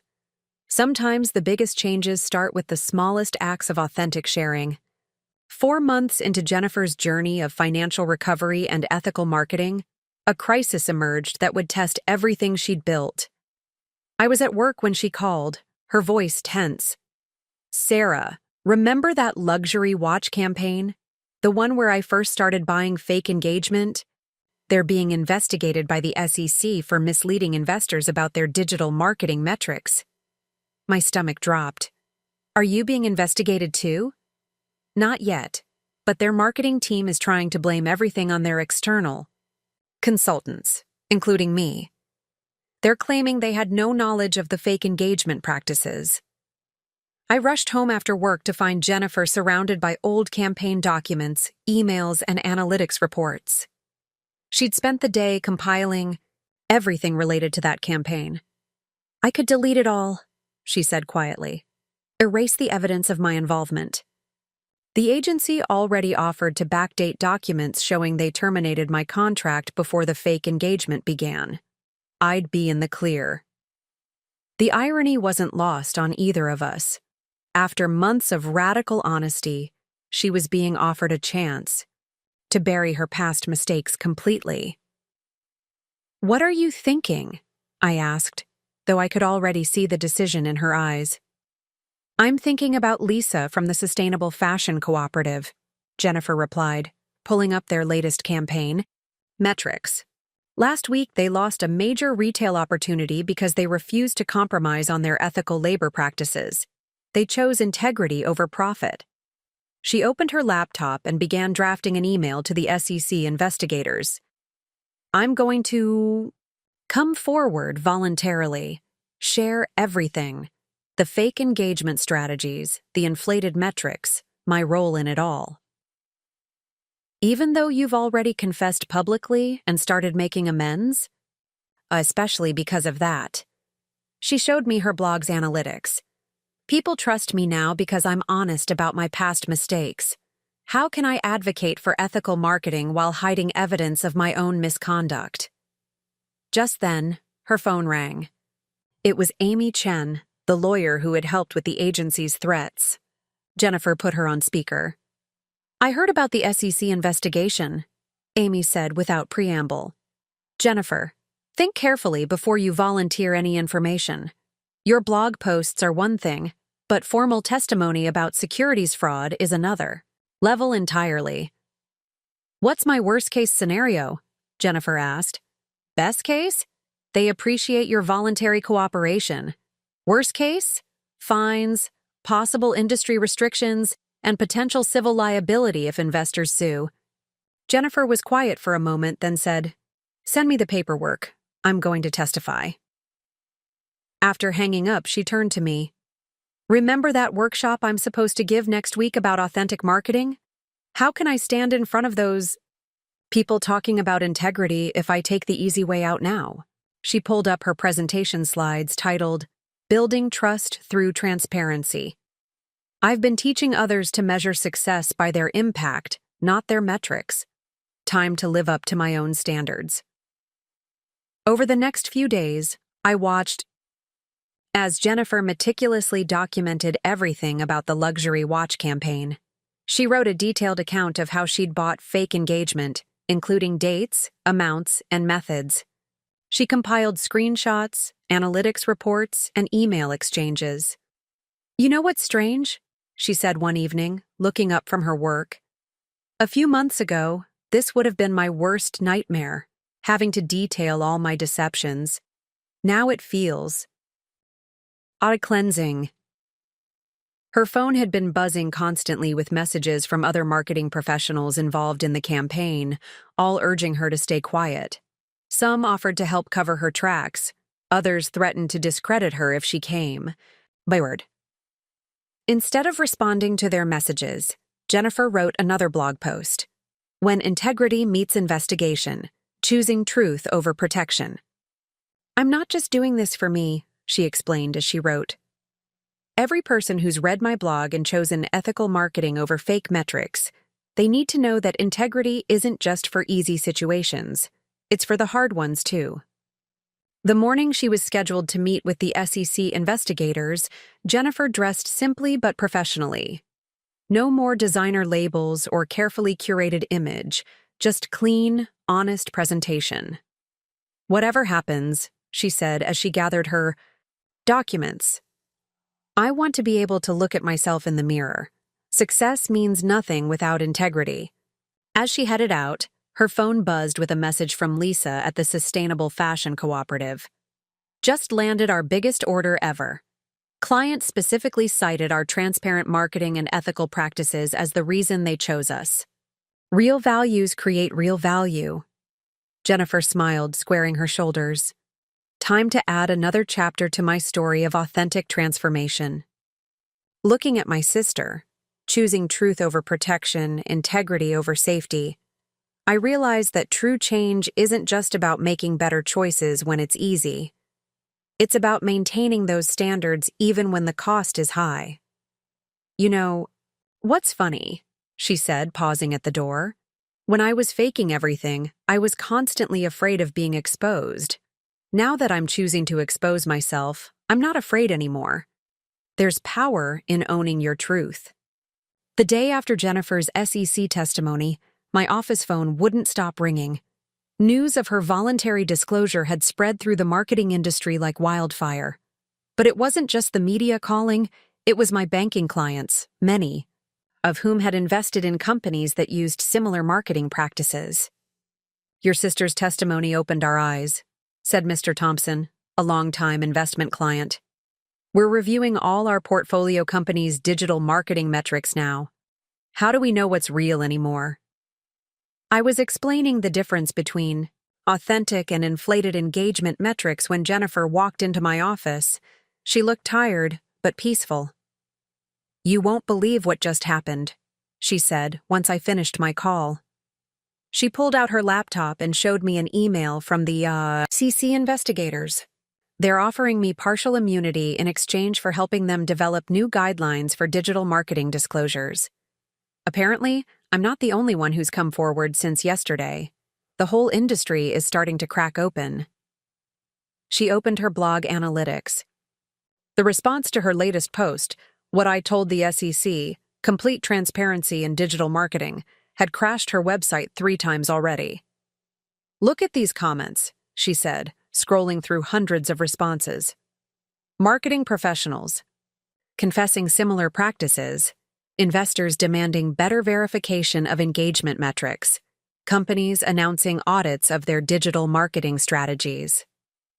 "But here's the really interesting part," Jennifer continued, pulling up another email. "Remember that Sustainable Fashion Cooperative? Their latest campaign just got picked up by a major business publication. Not because of their numbers, but because of their transparency about their numbers. The article praised the cooperative's approach to authentic engagement, contrasting it with the industry's growing fake metrics scandal. Their honest reporting of both successes and failures had earned them something more valuable than inflated numbers: genuine trust." Just then, Jennifer's phone rang. It was Marcus Zhang from Transform Digital again, but this time with a different proposition. "We're creating an industry task force," he explained on speaker. "Leaders committed to developing ethical marketing standards. After your testimony, we'd like you to co-chair the initiative." "Interesting timing," Jennifer replied. "But what exactly would this involve?" "Complete autonomy to develop transparent measurement protocols. No corporate pressure, no profit requirements, just honest work to help the industry reform." "I'll consider it," Jennifer said. "But I have conditions. Everything we develop must be open source, available to small businesses, not just major corporations. And I maintain my independent voice. No NDAs or restrictions on my blog."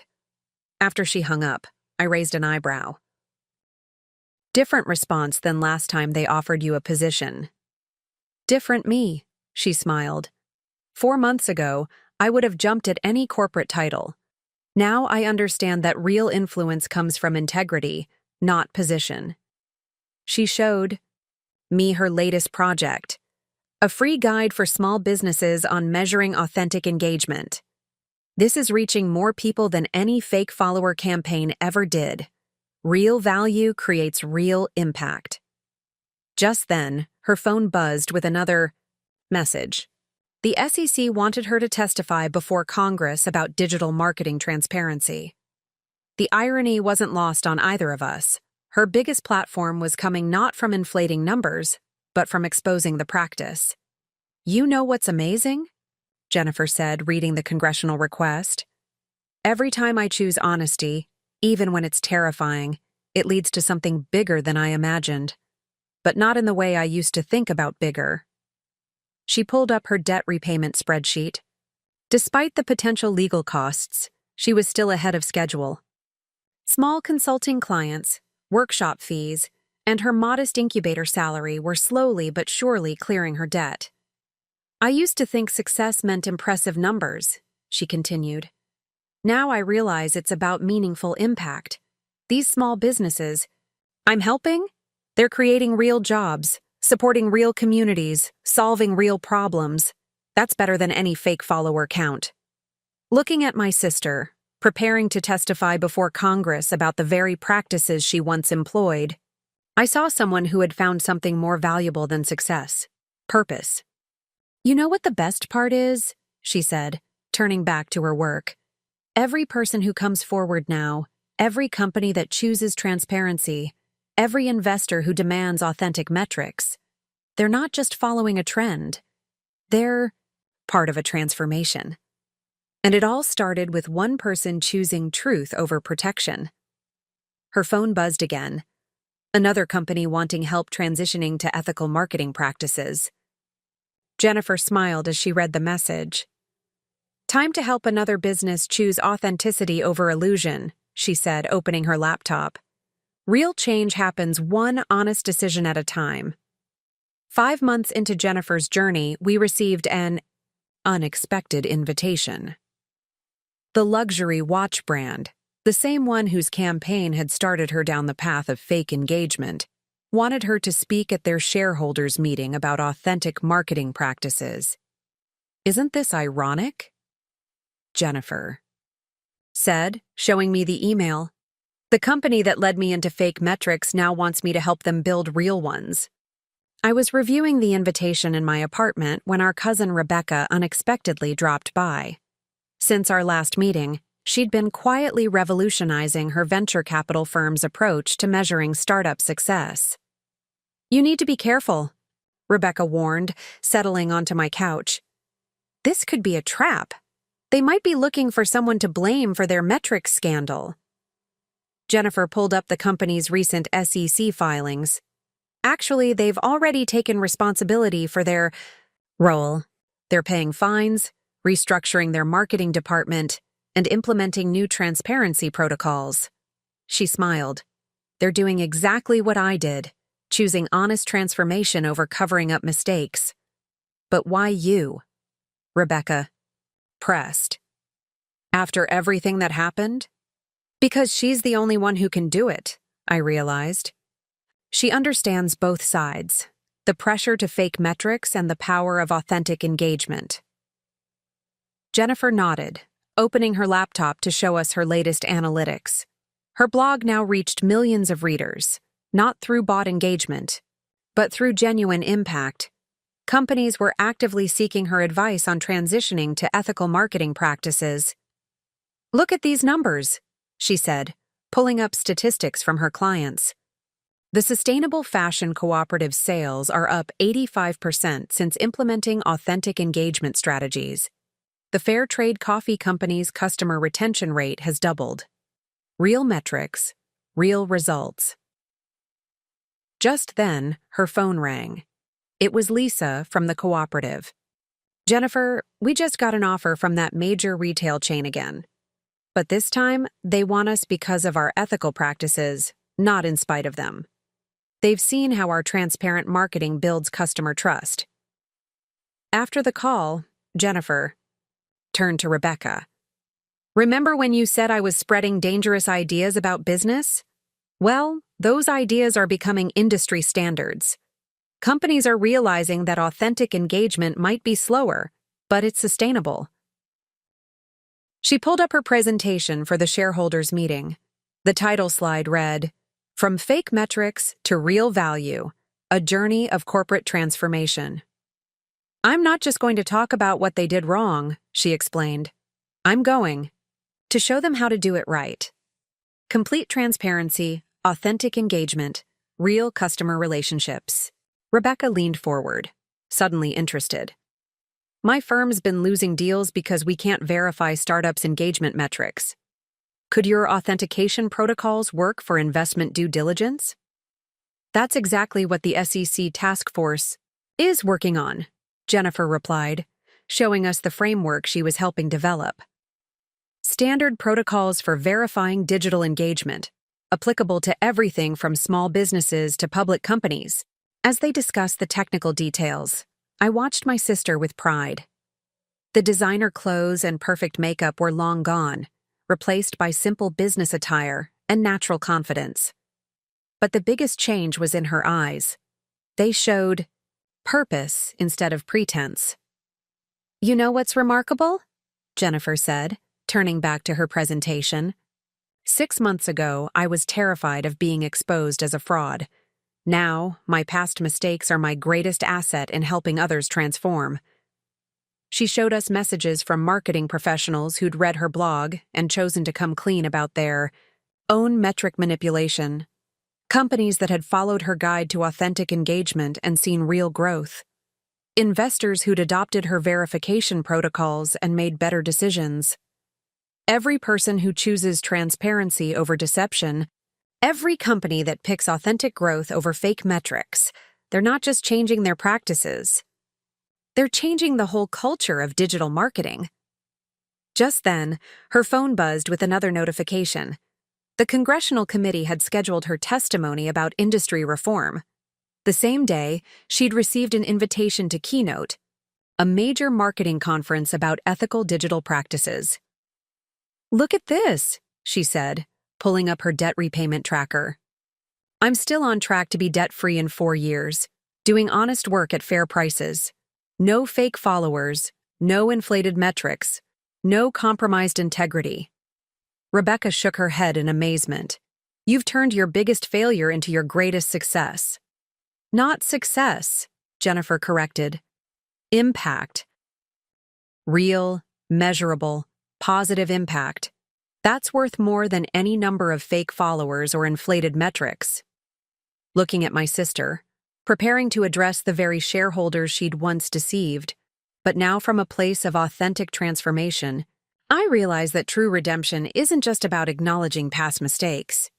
It's about using those mistakes to help others avoid the same pitfalls. "Time to finish this presentation," Jennifer said, turning back to her laptop. "These shareholders need to understand that authentic engagement isn't just ethically right, it's good business." As she worked, her phone kept buzzing with messages from companies seeking guidance on ethical marketing practices. Each one represented another opportunity to turn past deception into future transformation. 6 months into Jennifer's journey of transformation, an email arrived that brought everything full circle. I was helping a client with their mortgage application when Jennifer burst into my office, her laptop in hand. "Sarah, you need to see this," she said, her voice trembling. The email was from the American Marketing Association. They were presenting her with their inaugural Ethical Marketing Innovation Award for her work in transforming industry practices. "But that's not the amazing part," Jennifer continued, scrolling down. "Look who nominated me." The nomination had come from Claire Anderson, the former marketing director who had first taught Jennifer about fake engagement metrics. Claire had written a powerful letter detailing her own journey to ethical marketing, inspired by Jennifer's public confession and subsequent work. "She was my mentor," Jennifer explained, her eyes welling up.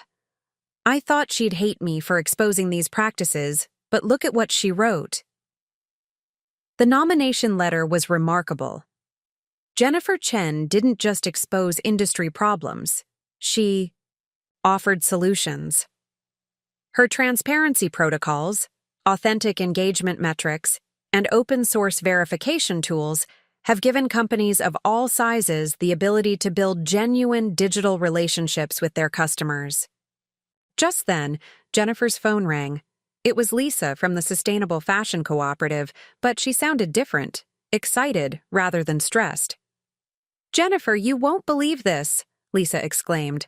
"Remember how we turned down that retail chain's acquisition offer to preserve our ethical practices? They just hired us to train their entire digital marketing team on authentic engagement strategies." After the call, Jennifer pulled up her latest impact metrics. The numbers told an extraordinary story, not of fake followers or bot engagement, but of real transformation across the industry. "Look at these statistics," she said, showing me her spreadsheet. 57 companies have adopted our transparency protocols. 32 marketing agencies have discontinued their fake engagement services. Over 200 small businesses have implemented authentic marketing strategies. She switched to another tab, her debt repayment tracker. "And look at this! I'm actually ahead of schedule, earning more through ethical consulting than I ever did manipulating metrics. But the money isn't even the best part." Jennifer opened her email inbox, showing me messages from marketing professionals worldwide. Each one shared a story of choosing transparency over deception, often at significant professional risk. "These are the real metrics that matter," she said softly. "Not follower counts or engagement rates, but lives and practices changed." Our cousin Rebecca chose that moment to walk in, carrying a thick folder. Since implementing Jennifer's verification protocols, her venture capital firm had become an industry leader in authentic digital due diligence. "The SEC task force wants to standardize your authentication framework," Rebecca announced. "They're calling it the Chen Protocol, a universal standard for verifying digital marketing metrics." Jennifer laughed, shaking her head. "A year ago, I was terrified of having my name associated with marketing metrics. Now it's becoming an industry standard for authenticity." She pulled up her presentation for the awards ceremony. The title, slide read, "The Real Value of Authentic Engagement, A Journey from Deception to Impact." "You know what's amazing?" she said, refining her slides. "Every time I chose integrity over expedience, truth over protection, impact over image, it led to something bigger than I could have imagined. But not in the way I used to think about bigger."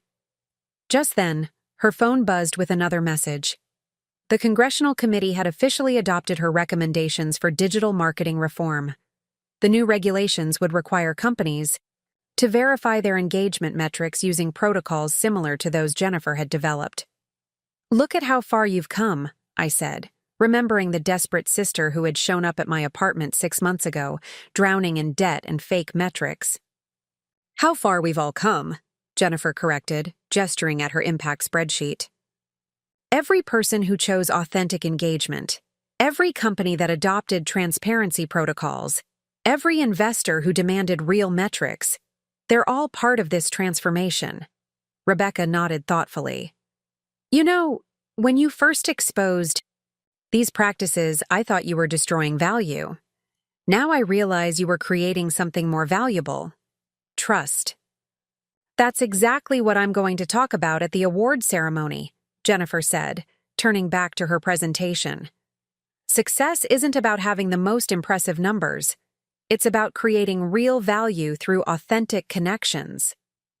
Looking at my sister, preparing to accept an award for ethical innovation in the very industry she had once deceived, I realized that true success isn't measured in metrics, followers, or even dollars. It's measured in the lives you impact and the positive changes you inspire. "Time to finish this speech," Jennifer said, her fingers flying over the keyboard. "People need to understand that choosing integrity isn't just right, it's revolutionary." As she worked, her phone kept buzzing with congratulatory messages from companies and individuals she'd helped transition to ethical marketing. Each message represented another small victory in the larger battle for authentic digital engagement. 7 months after Jennifer's journey began, we found ourselves preparing for an event that would cement her transformation. The American Marketing Association's award ceremony was approaching, but Jennifer was focused on something bigger, the launch of her Ethics in Digital Marketing Foundation. "The award is wonderful," she explained as we reviewed the foundation's documents in my apartment. "But this foundation will help others make the same journey from fake metrics to authentic engagement." I watched as she finalized the foundation's first initiative, a scholarship program for marketing students committed to ethical practices. The funding came from an unexpected source. Companies she'd helped transition to authentic marketing had pooled resources to support the next generation of ethical marketers. "Look at this," Jennifer said, pulling up applications from the first round of scholarship candidates. "These students aren't just promising not to use fake engagement. They're developing new tools for authentic connection, innovative ways to measure real impact." Her phone buzzed, a message from Marcus Zhang at Transform Digital. They'd just completed their first quarter using Jennifer's transparency protocols. "Our revenue is actually up," he reported. "Turns out clients prefer honest numbers they can trust over impressive ones they can't verify." Just then, Rebecca arrived, carrying market research reports. Since implementing the Chen protocol, her venture capital firm had seen a significant decrease in failed investments. "We're seeing a pattern," Rebecca explained, spreading the reports across my dining table. "Companies with verified authentic engagement may grow slower initially, but they show much better long-term sustainability. The metrics might be smaller, but they're real." Jennifer nodded, showing us her latest client data. The Sustainable Fashion Cooperative had just opened their first retail store, funded entirely through authentic growth. The Fair Trade Coffee Company had expanded to 3 new locations, each profitable through genuine customer relationships. "But here's what really matters," Jennifer said, pulling up her impact tracking spreadsheet. "Over 300 companies have now adopted our ethical marketing standards. More than 1,000 marketing professionals have taken our transparency pledge. We're not just changing practices, we're changing the culture." She switched to another document, the Foundation's educational curriculum.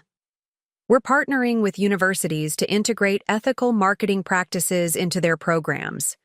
Future marketers will learn about authentic engagement from day one." Just then, her phone rang. It was Claire Anderson, her former mentor who had nominated her for the award. "Jennifer, I need your help," Claire said. "I'm testifying before the SEC about industry practices next week. Any advice?" I watched as Jennifer spent the next hour, guiding Claire through the process she'd navigated months earlier.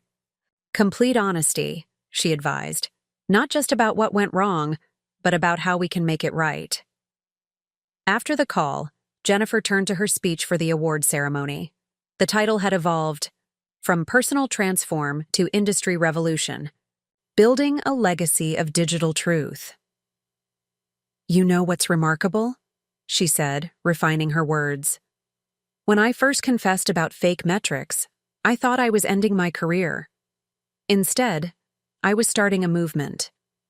She showed us messages from marketing professionals worldwide who had followed her lead, choosing transparency over deception, companies that had transformed their practices, investors who now demanded verified, authentic engagement. These represent someone choosing integrity over expedience, Jennifer explained. But more importantly, they're creating a new standard for the industry. Future marketers won't have to choose between success and ethics. They'll understand that real success comes through authentic engagement. Rebecca leaned forward, interested. "The Chen protocol is becoming the gold standard for digital verification. Have you considered what that means for your foundation's future?" Jennifer nodded, pulling up a long-term strategy document. "We're developing certification programs, audit tools, and support systems for companies transitioning to ethical practices. But more importantly, we're building a community of marketers committed to authentic engagement." she showed us the foundation's website, featuring success stories from companies that had embraced transparency. Each story demonstrated that ethical marketing wasn't just morally right, it was good business. "Look at these metrics," Jennifer said, displaying comparative data. "Companies using verified, authentic engagement show higher customer loyalty, better retention rates, and more sustainable growth than those using inflated metrics." As she prepared for the award ceremony, Jennifer reflected on her journey. 7 months ago, I was drowning in debt and fake followers. Now I'm helping build an industry standard for digital truth. But the real victory isn't in the recognition. It's in the lives and practices we're changing. Looking at my sister, no longer the desperate woman who had shown up at my door, but a leader in ethical marketing transformation, I realized that true legacy isn't built on numbers or awards. It's built on the positive changes you inspire in others. "Time to finish this speech," Jennifer said, turning back to her laptop. "The award is just a platform. The real work is ensuring that future marketers never have to choose between success and integrity." As she worked, her phone kept buzzing with messages from people she'd helped transition to ethical marketing. Each message represented another step toward a more authentic digital future. 8 months after Jennifer's journey began, an unexpected email brought everything full circle. I was helping a client with retirement planning when Jennifer rushed into my office, her laptop clutched to her chest. "Remember that luxury watch brand? The one where it all started?" she said, catching her breath. "Their CEO wants to meet. Not about marketing this time, about making the Chen Protocol their corporate standard for all digital communications." The irony wasn't lost on either of us. The very company whose campaign had led Jennifer down the path of fake metrics was now embracing her framework for authentic engagement. "But that's not all," she continued, opening her laptop. "Look at this." She showed me an internal memo that had been forwarded to her. The company was creating a new position, Chief Ethics Officer in Digital Communications. They wanted Jennifer to help define the role's responsibilities and train their first appointee. "They're not just adopting ethical practices," Jennifer explained. "They're building them into their corporate structure, and other companies are following suit." Just then, her phone rang. It was Lisa from the Sustainable Fashion Cooperative, but her voice carried an unusual excitement. "Jennifer, we just closed our biggest quarter ever," Lisa announced. "Remember how everyone said ethical marketing would kill our growth? Our authentic engagement numbers are smaller than our competitors, but our sales are higher. Real connections lead to real sales." After the call, Jennifer pulled up her impact dashboard, a sophisticated tracking system she'd developed to measure genuine industry transformation. The numbers told an extraordinary story of change. Over 500 companies have now adopted the Chen Protocol, she noted. But here's what really matters. Look at their customer trust metrics. Companies using verified authentic engagement show 87% higher customer loyalty rates than those still using traditional metrics. Rebecca chose that moment to arrive, carrying market analysis reports. Since implementing Jennifer's protocols, her venture capital firm had become the go-to investor for ethically minded startups. "The market is shifting," Rebecca announced, spreading the reports across my desk. "Investors are starting to demand verified, authentic engagement before funding. Your transparency protocols aren't just nice to have anymore. They're becoming essential for raising capital." Jennifer nodded, showing us her foundation's latest initiative. They were launching a certification program for ethical digital companies, businesses that committed to complete transparency in their digital communications. "But here's what makes me proudest," she said, pulling up another spreadsheet. It showed her personal debt repayment progress. Through honest work and ethical consulting, she was now ahead of schedule. "I'm proving that you can succeed, really succeed, without fake metrics or inflated numbers. Every dollar I earn comes from helping companies build authentic connections." Just then, her phone buzzed with another message. The Congressional Committee had unanimously approved new regulations based on her recommendations. Digital marketing transparency was about to become law. "You know what's amazing?" Jennifer said, reading the notification. "When I first exposed these practices, people said I was destroying the industry. Now they're realizing that transparency isn't a threat to marketing, it's its future." She showed us messages from marketing professionals worldwide who had embraced ethical practices.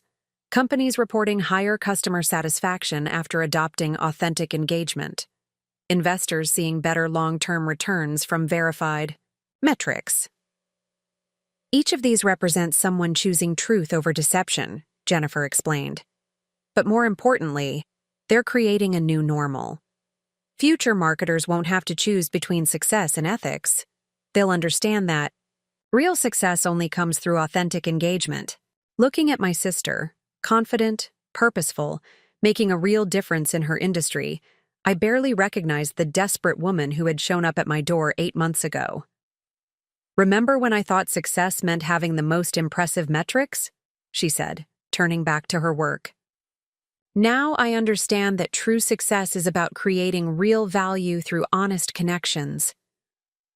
Her phone rang again. Another company seeking help transitioning to ethical marketing practices.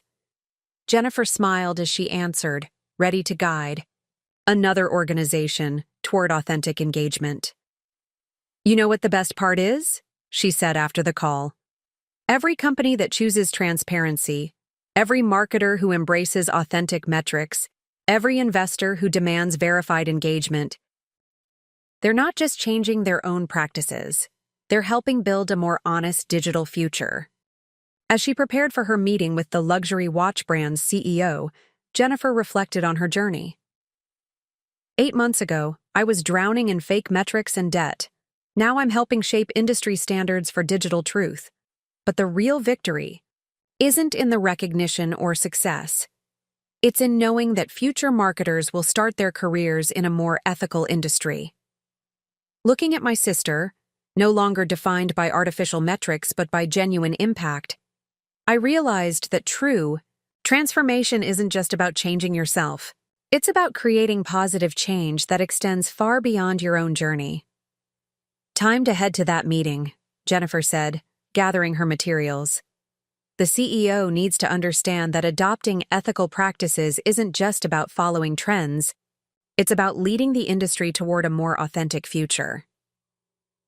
As she left, her phone kept buzzing with messages from people she'd helped transition to ethical marketing. Each message represented another step toward a more transparent digital world, a world she had helped create through her own journey from deception to authenticity. 9 months after Jennifer's transformation began, we found ourselves preparing for a moment neither of us had anticipated.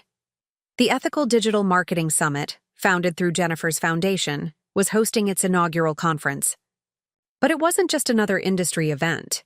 It represented a fundamental shift in how success was measured in the digital age. I arrived early at the convention center to find Jennifer in the main hall, making final adjustments to her keynote presentation. The room would soon hold over 1,000 marketing professionals, business leaders, and digital ethics advocates. "Look at this," she said, showing me the attendee list. "Remember when we thought choosing ethical marketing meant limiting our impact? Nearly every major company in the industry is here, not because they have to be, but because they want to be." She pulled up her presentation slides. The title read, "Beyond Metrics, Redefining Success in the Digital Age." But what caught my attention was the data she planned to share. "These are the real numbers," Jennifer explained, showing me comparative analyses.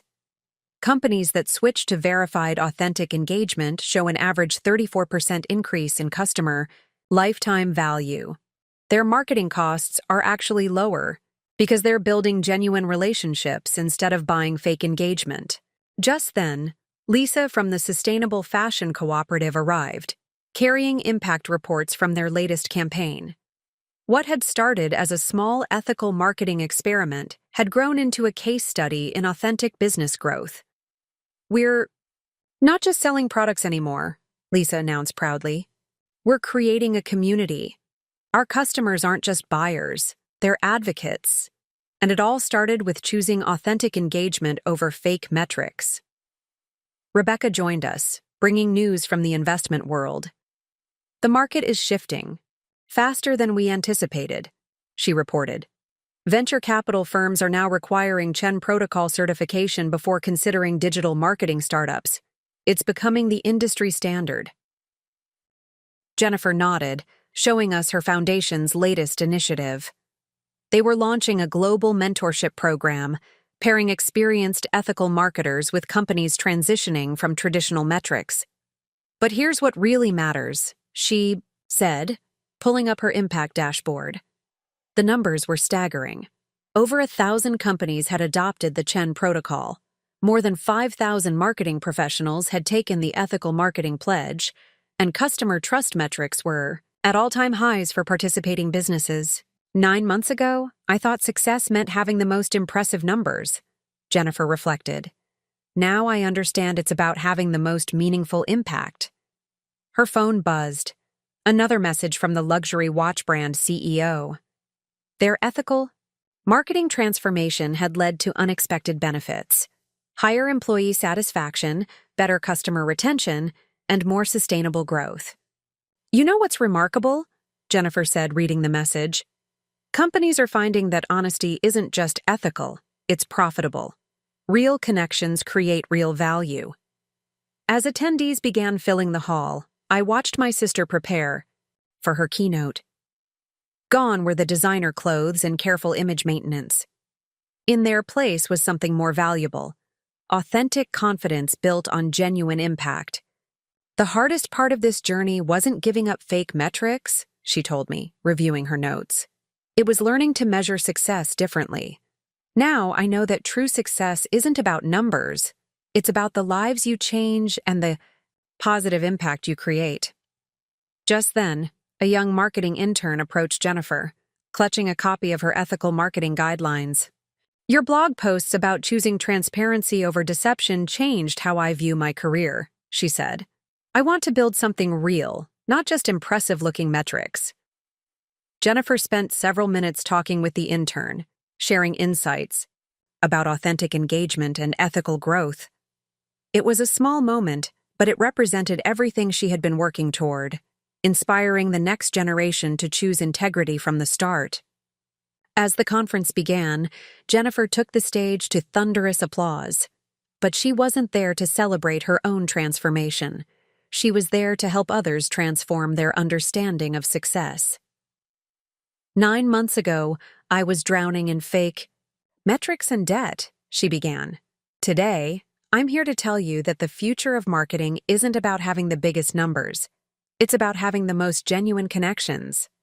Looking at my sister on that stage, confident, purposeful, making a real difference, I realized that true success isn't measured in metrics, followers, or even dollars.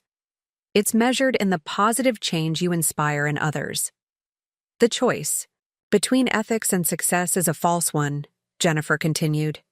Real success only comes through authentic engagement. And the best part? When you choose integrity, you help create a future where others don't have to choose between doing well and doing right.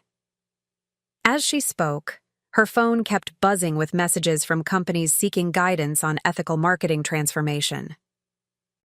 Each message represented another step toward a more authentic digital future, a future she had helped create through her own journey from deception to integrity.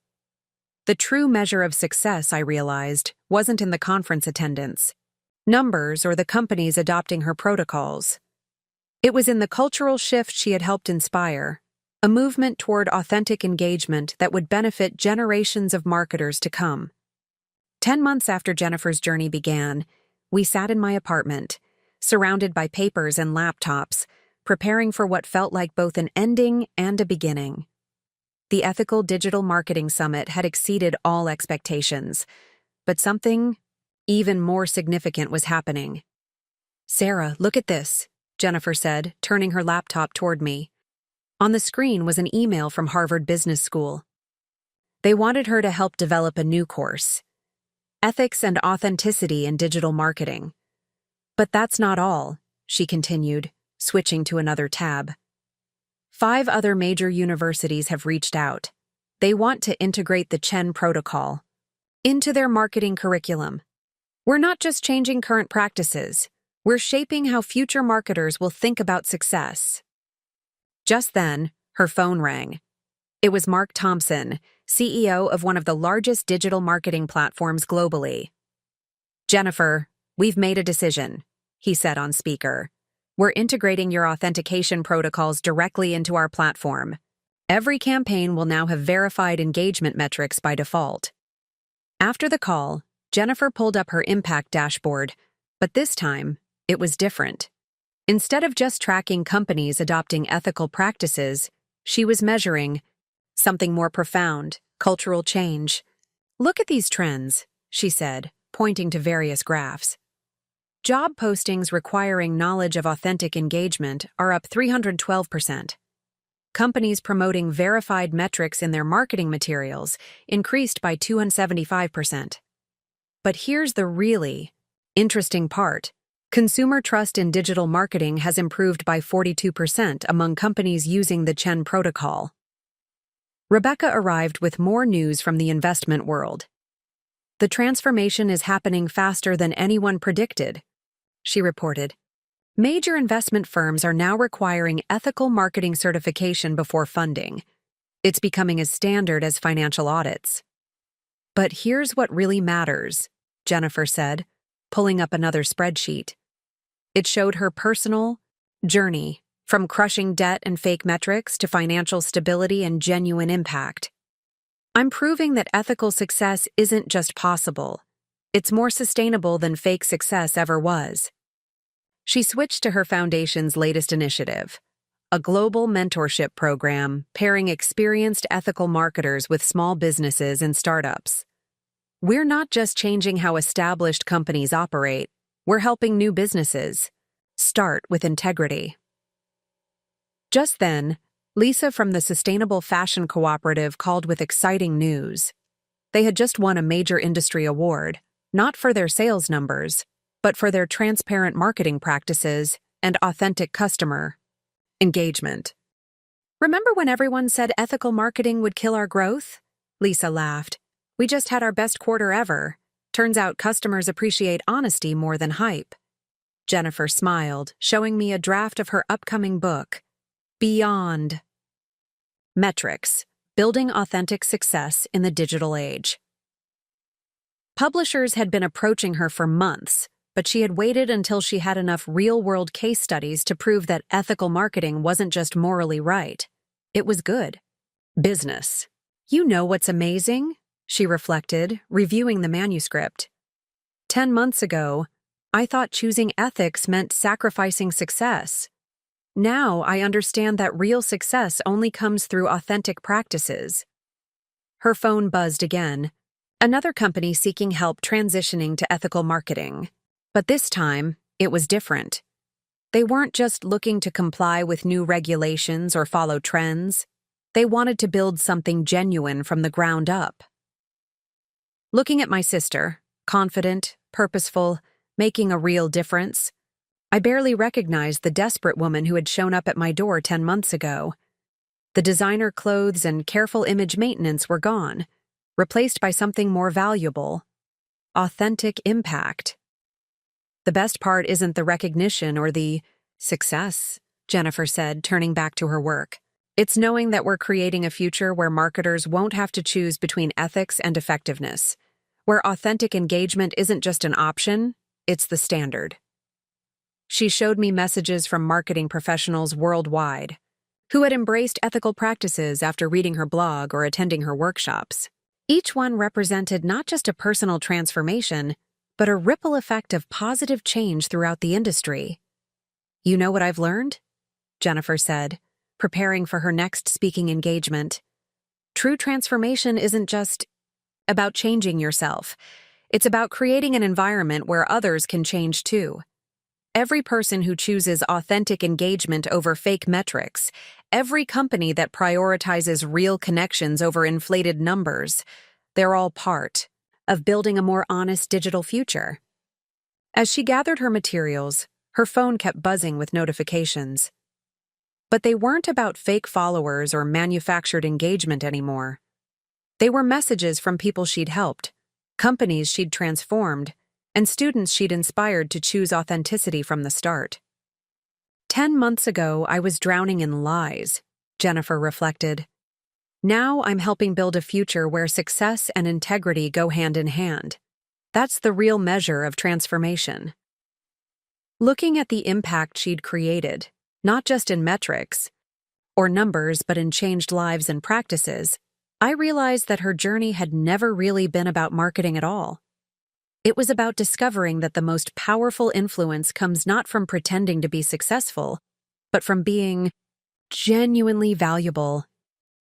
As she headed out to inspire another group of marketers to choose authenticity, I knew this wasn't really an ending. It was just the beginning of a larger transformation, one that would continue to ripple out through the industry, changing how future generations understand and measure success. Up next, you've got 2 more standout stories right on your screen. If this one hit the mark, you won't want to pass these up. Just click and check them out. And don't forget to subscribe and turn on the notification bell so you don't miss any upload from us.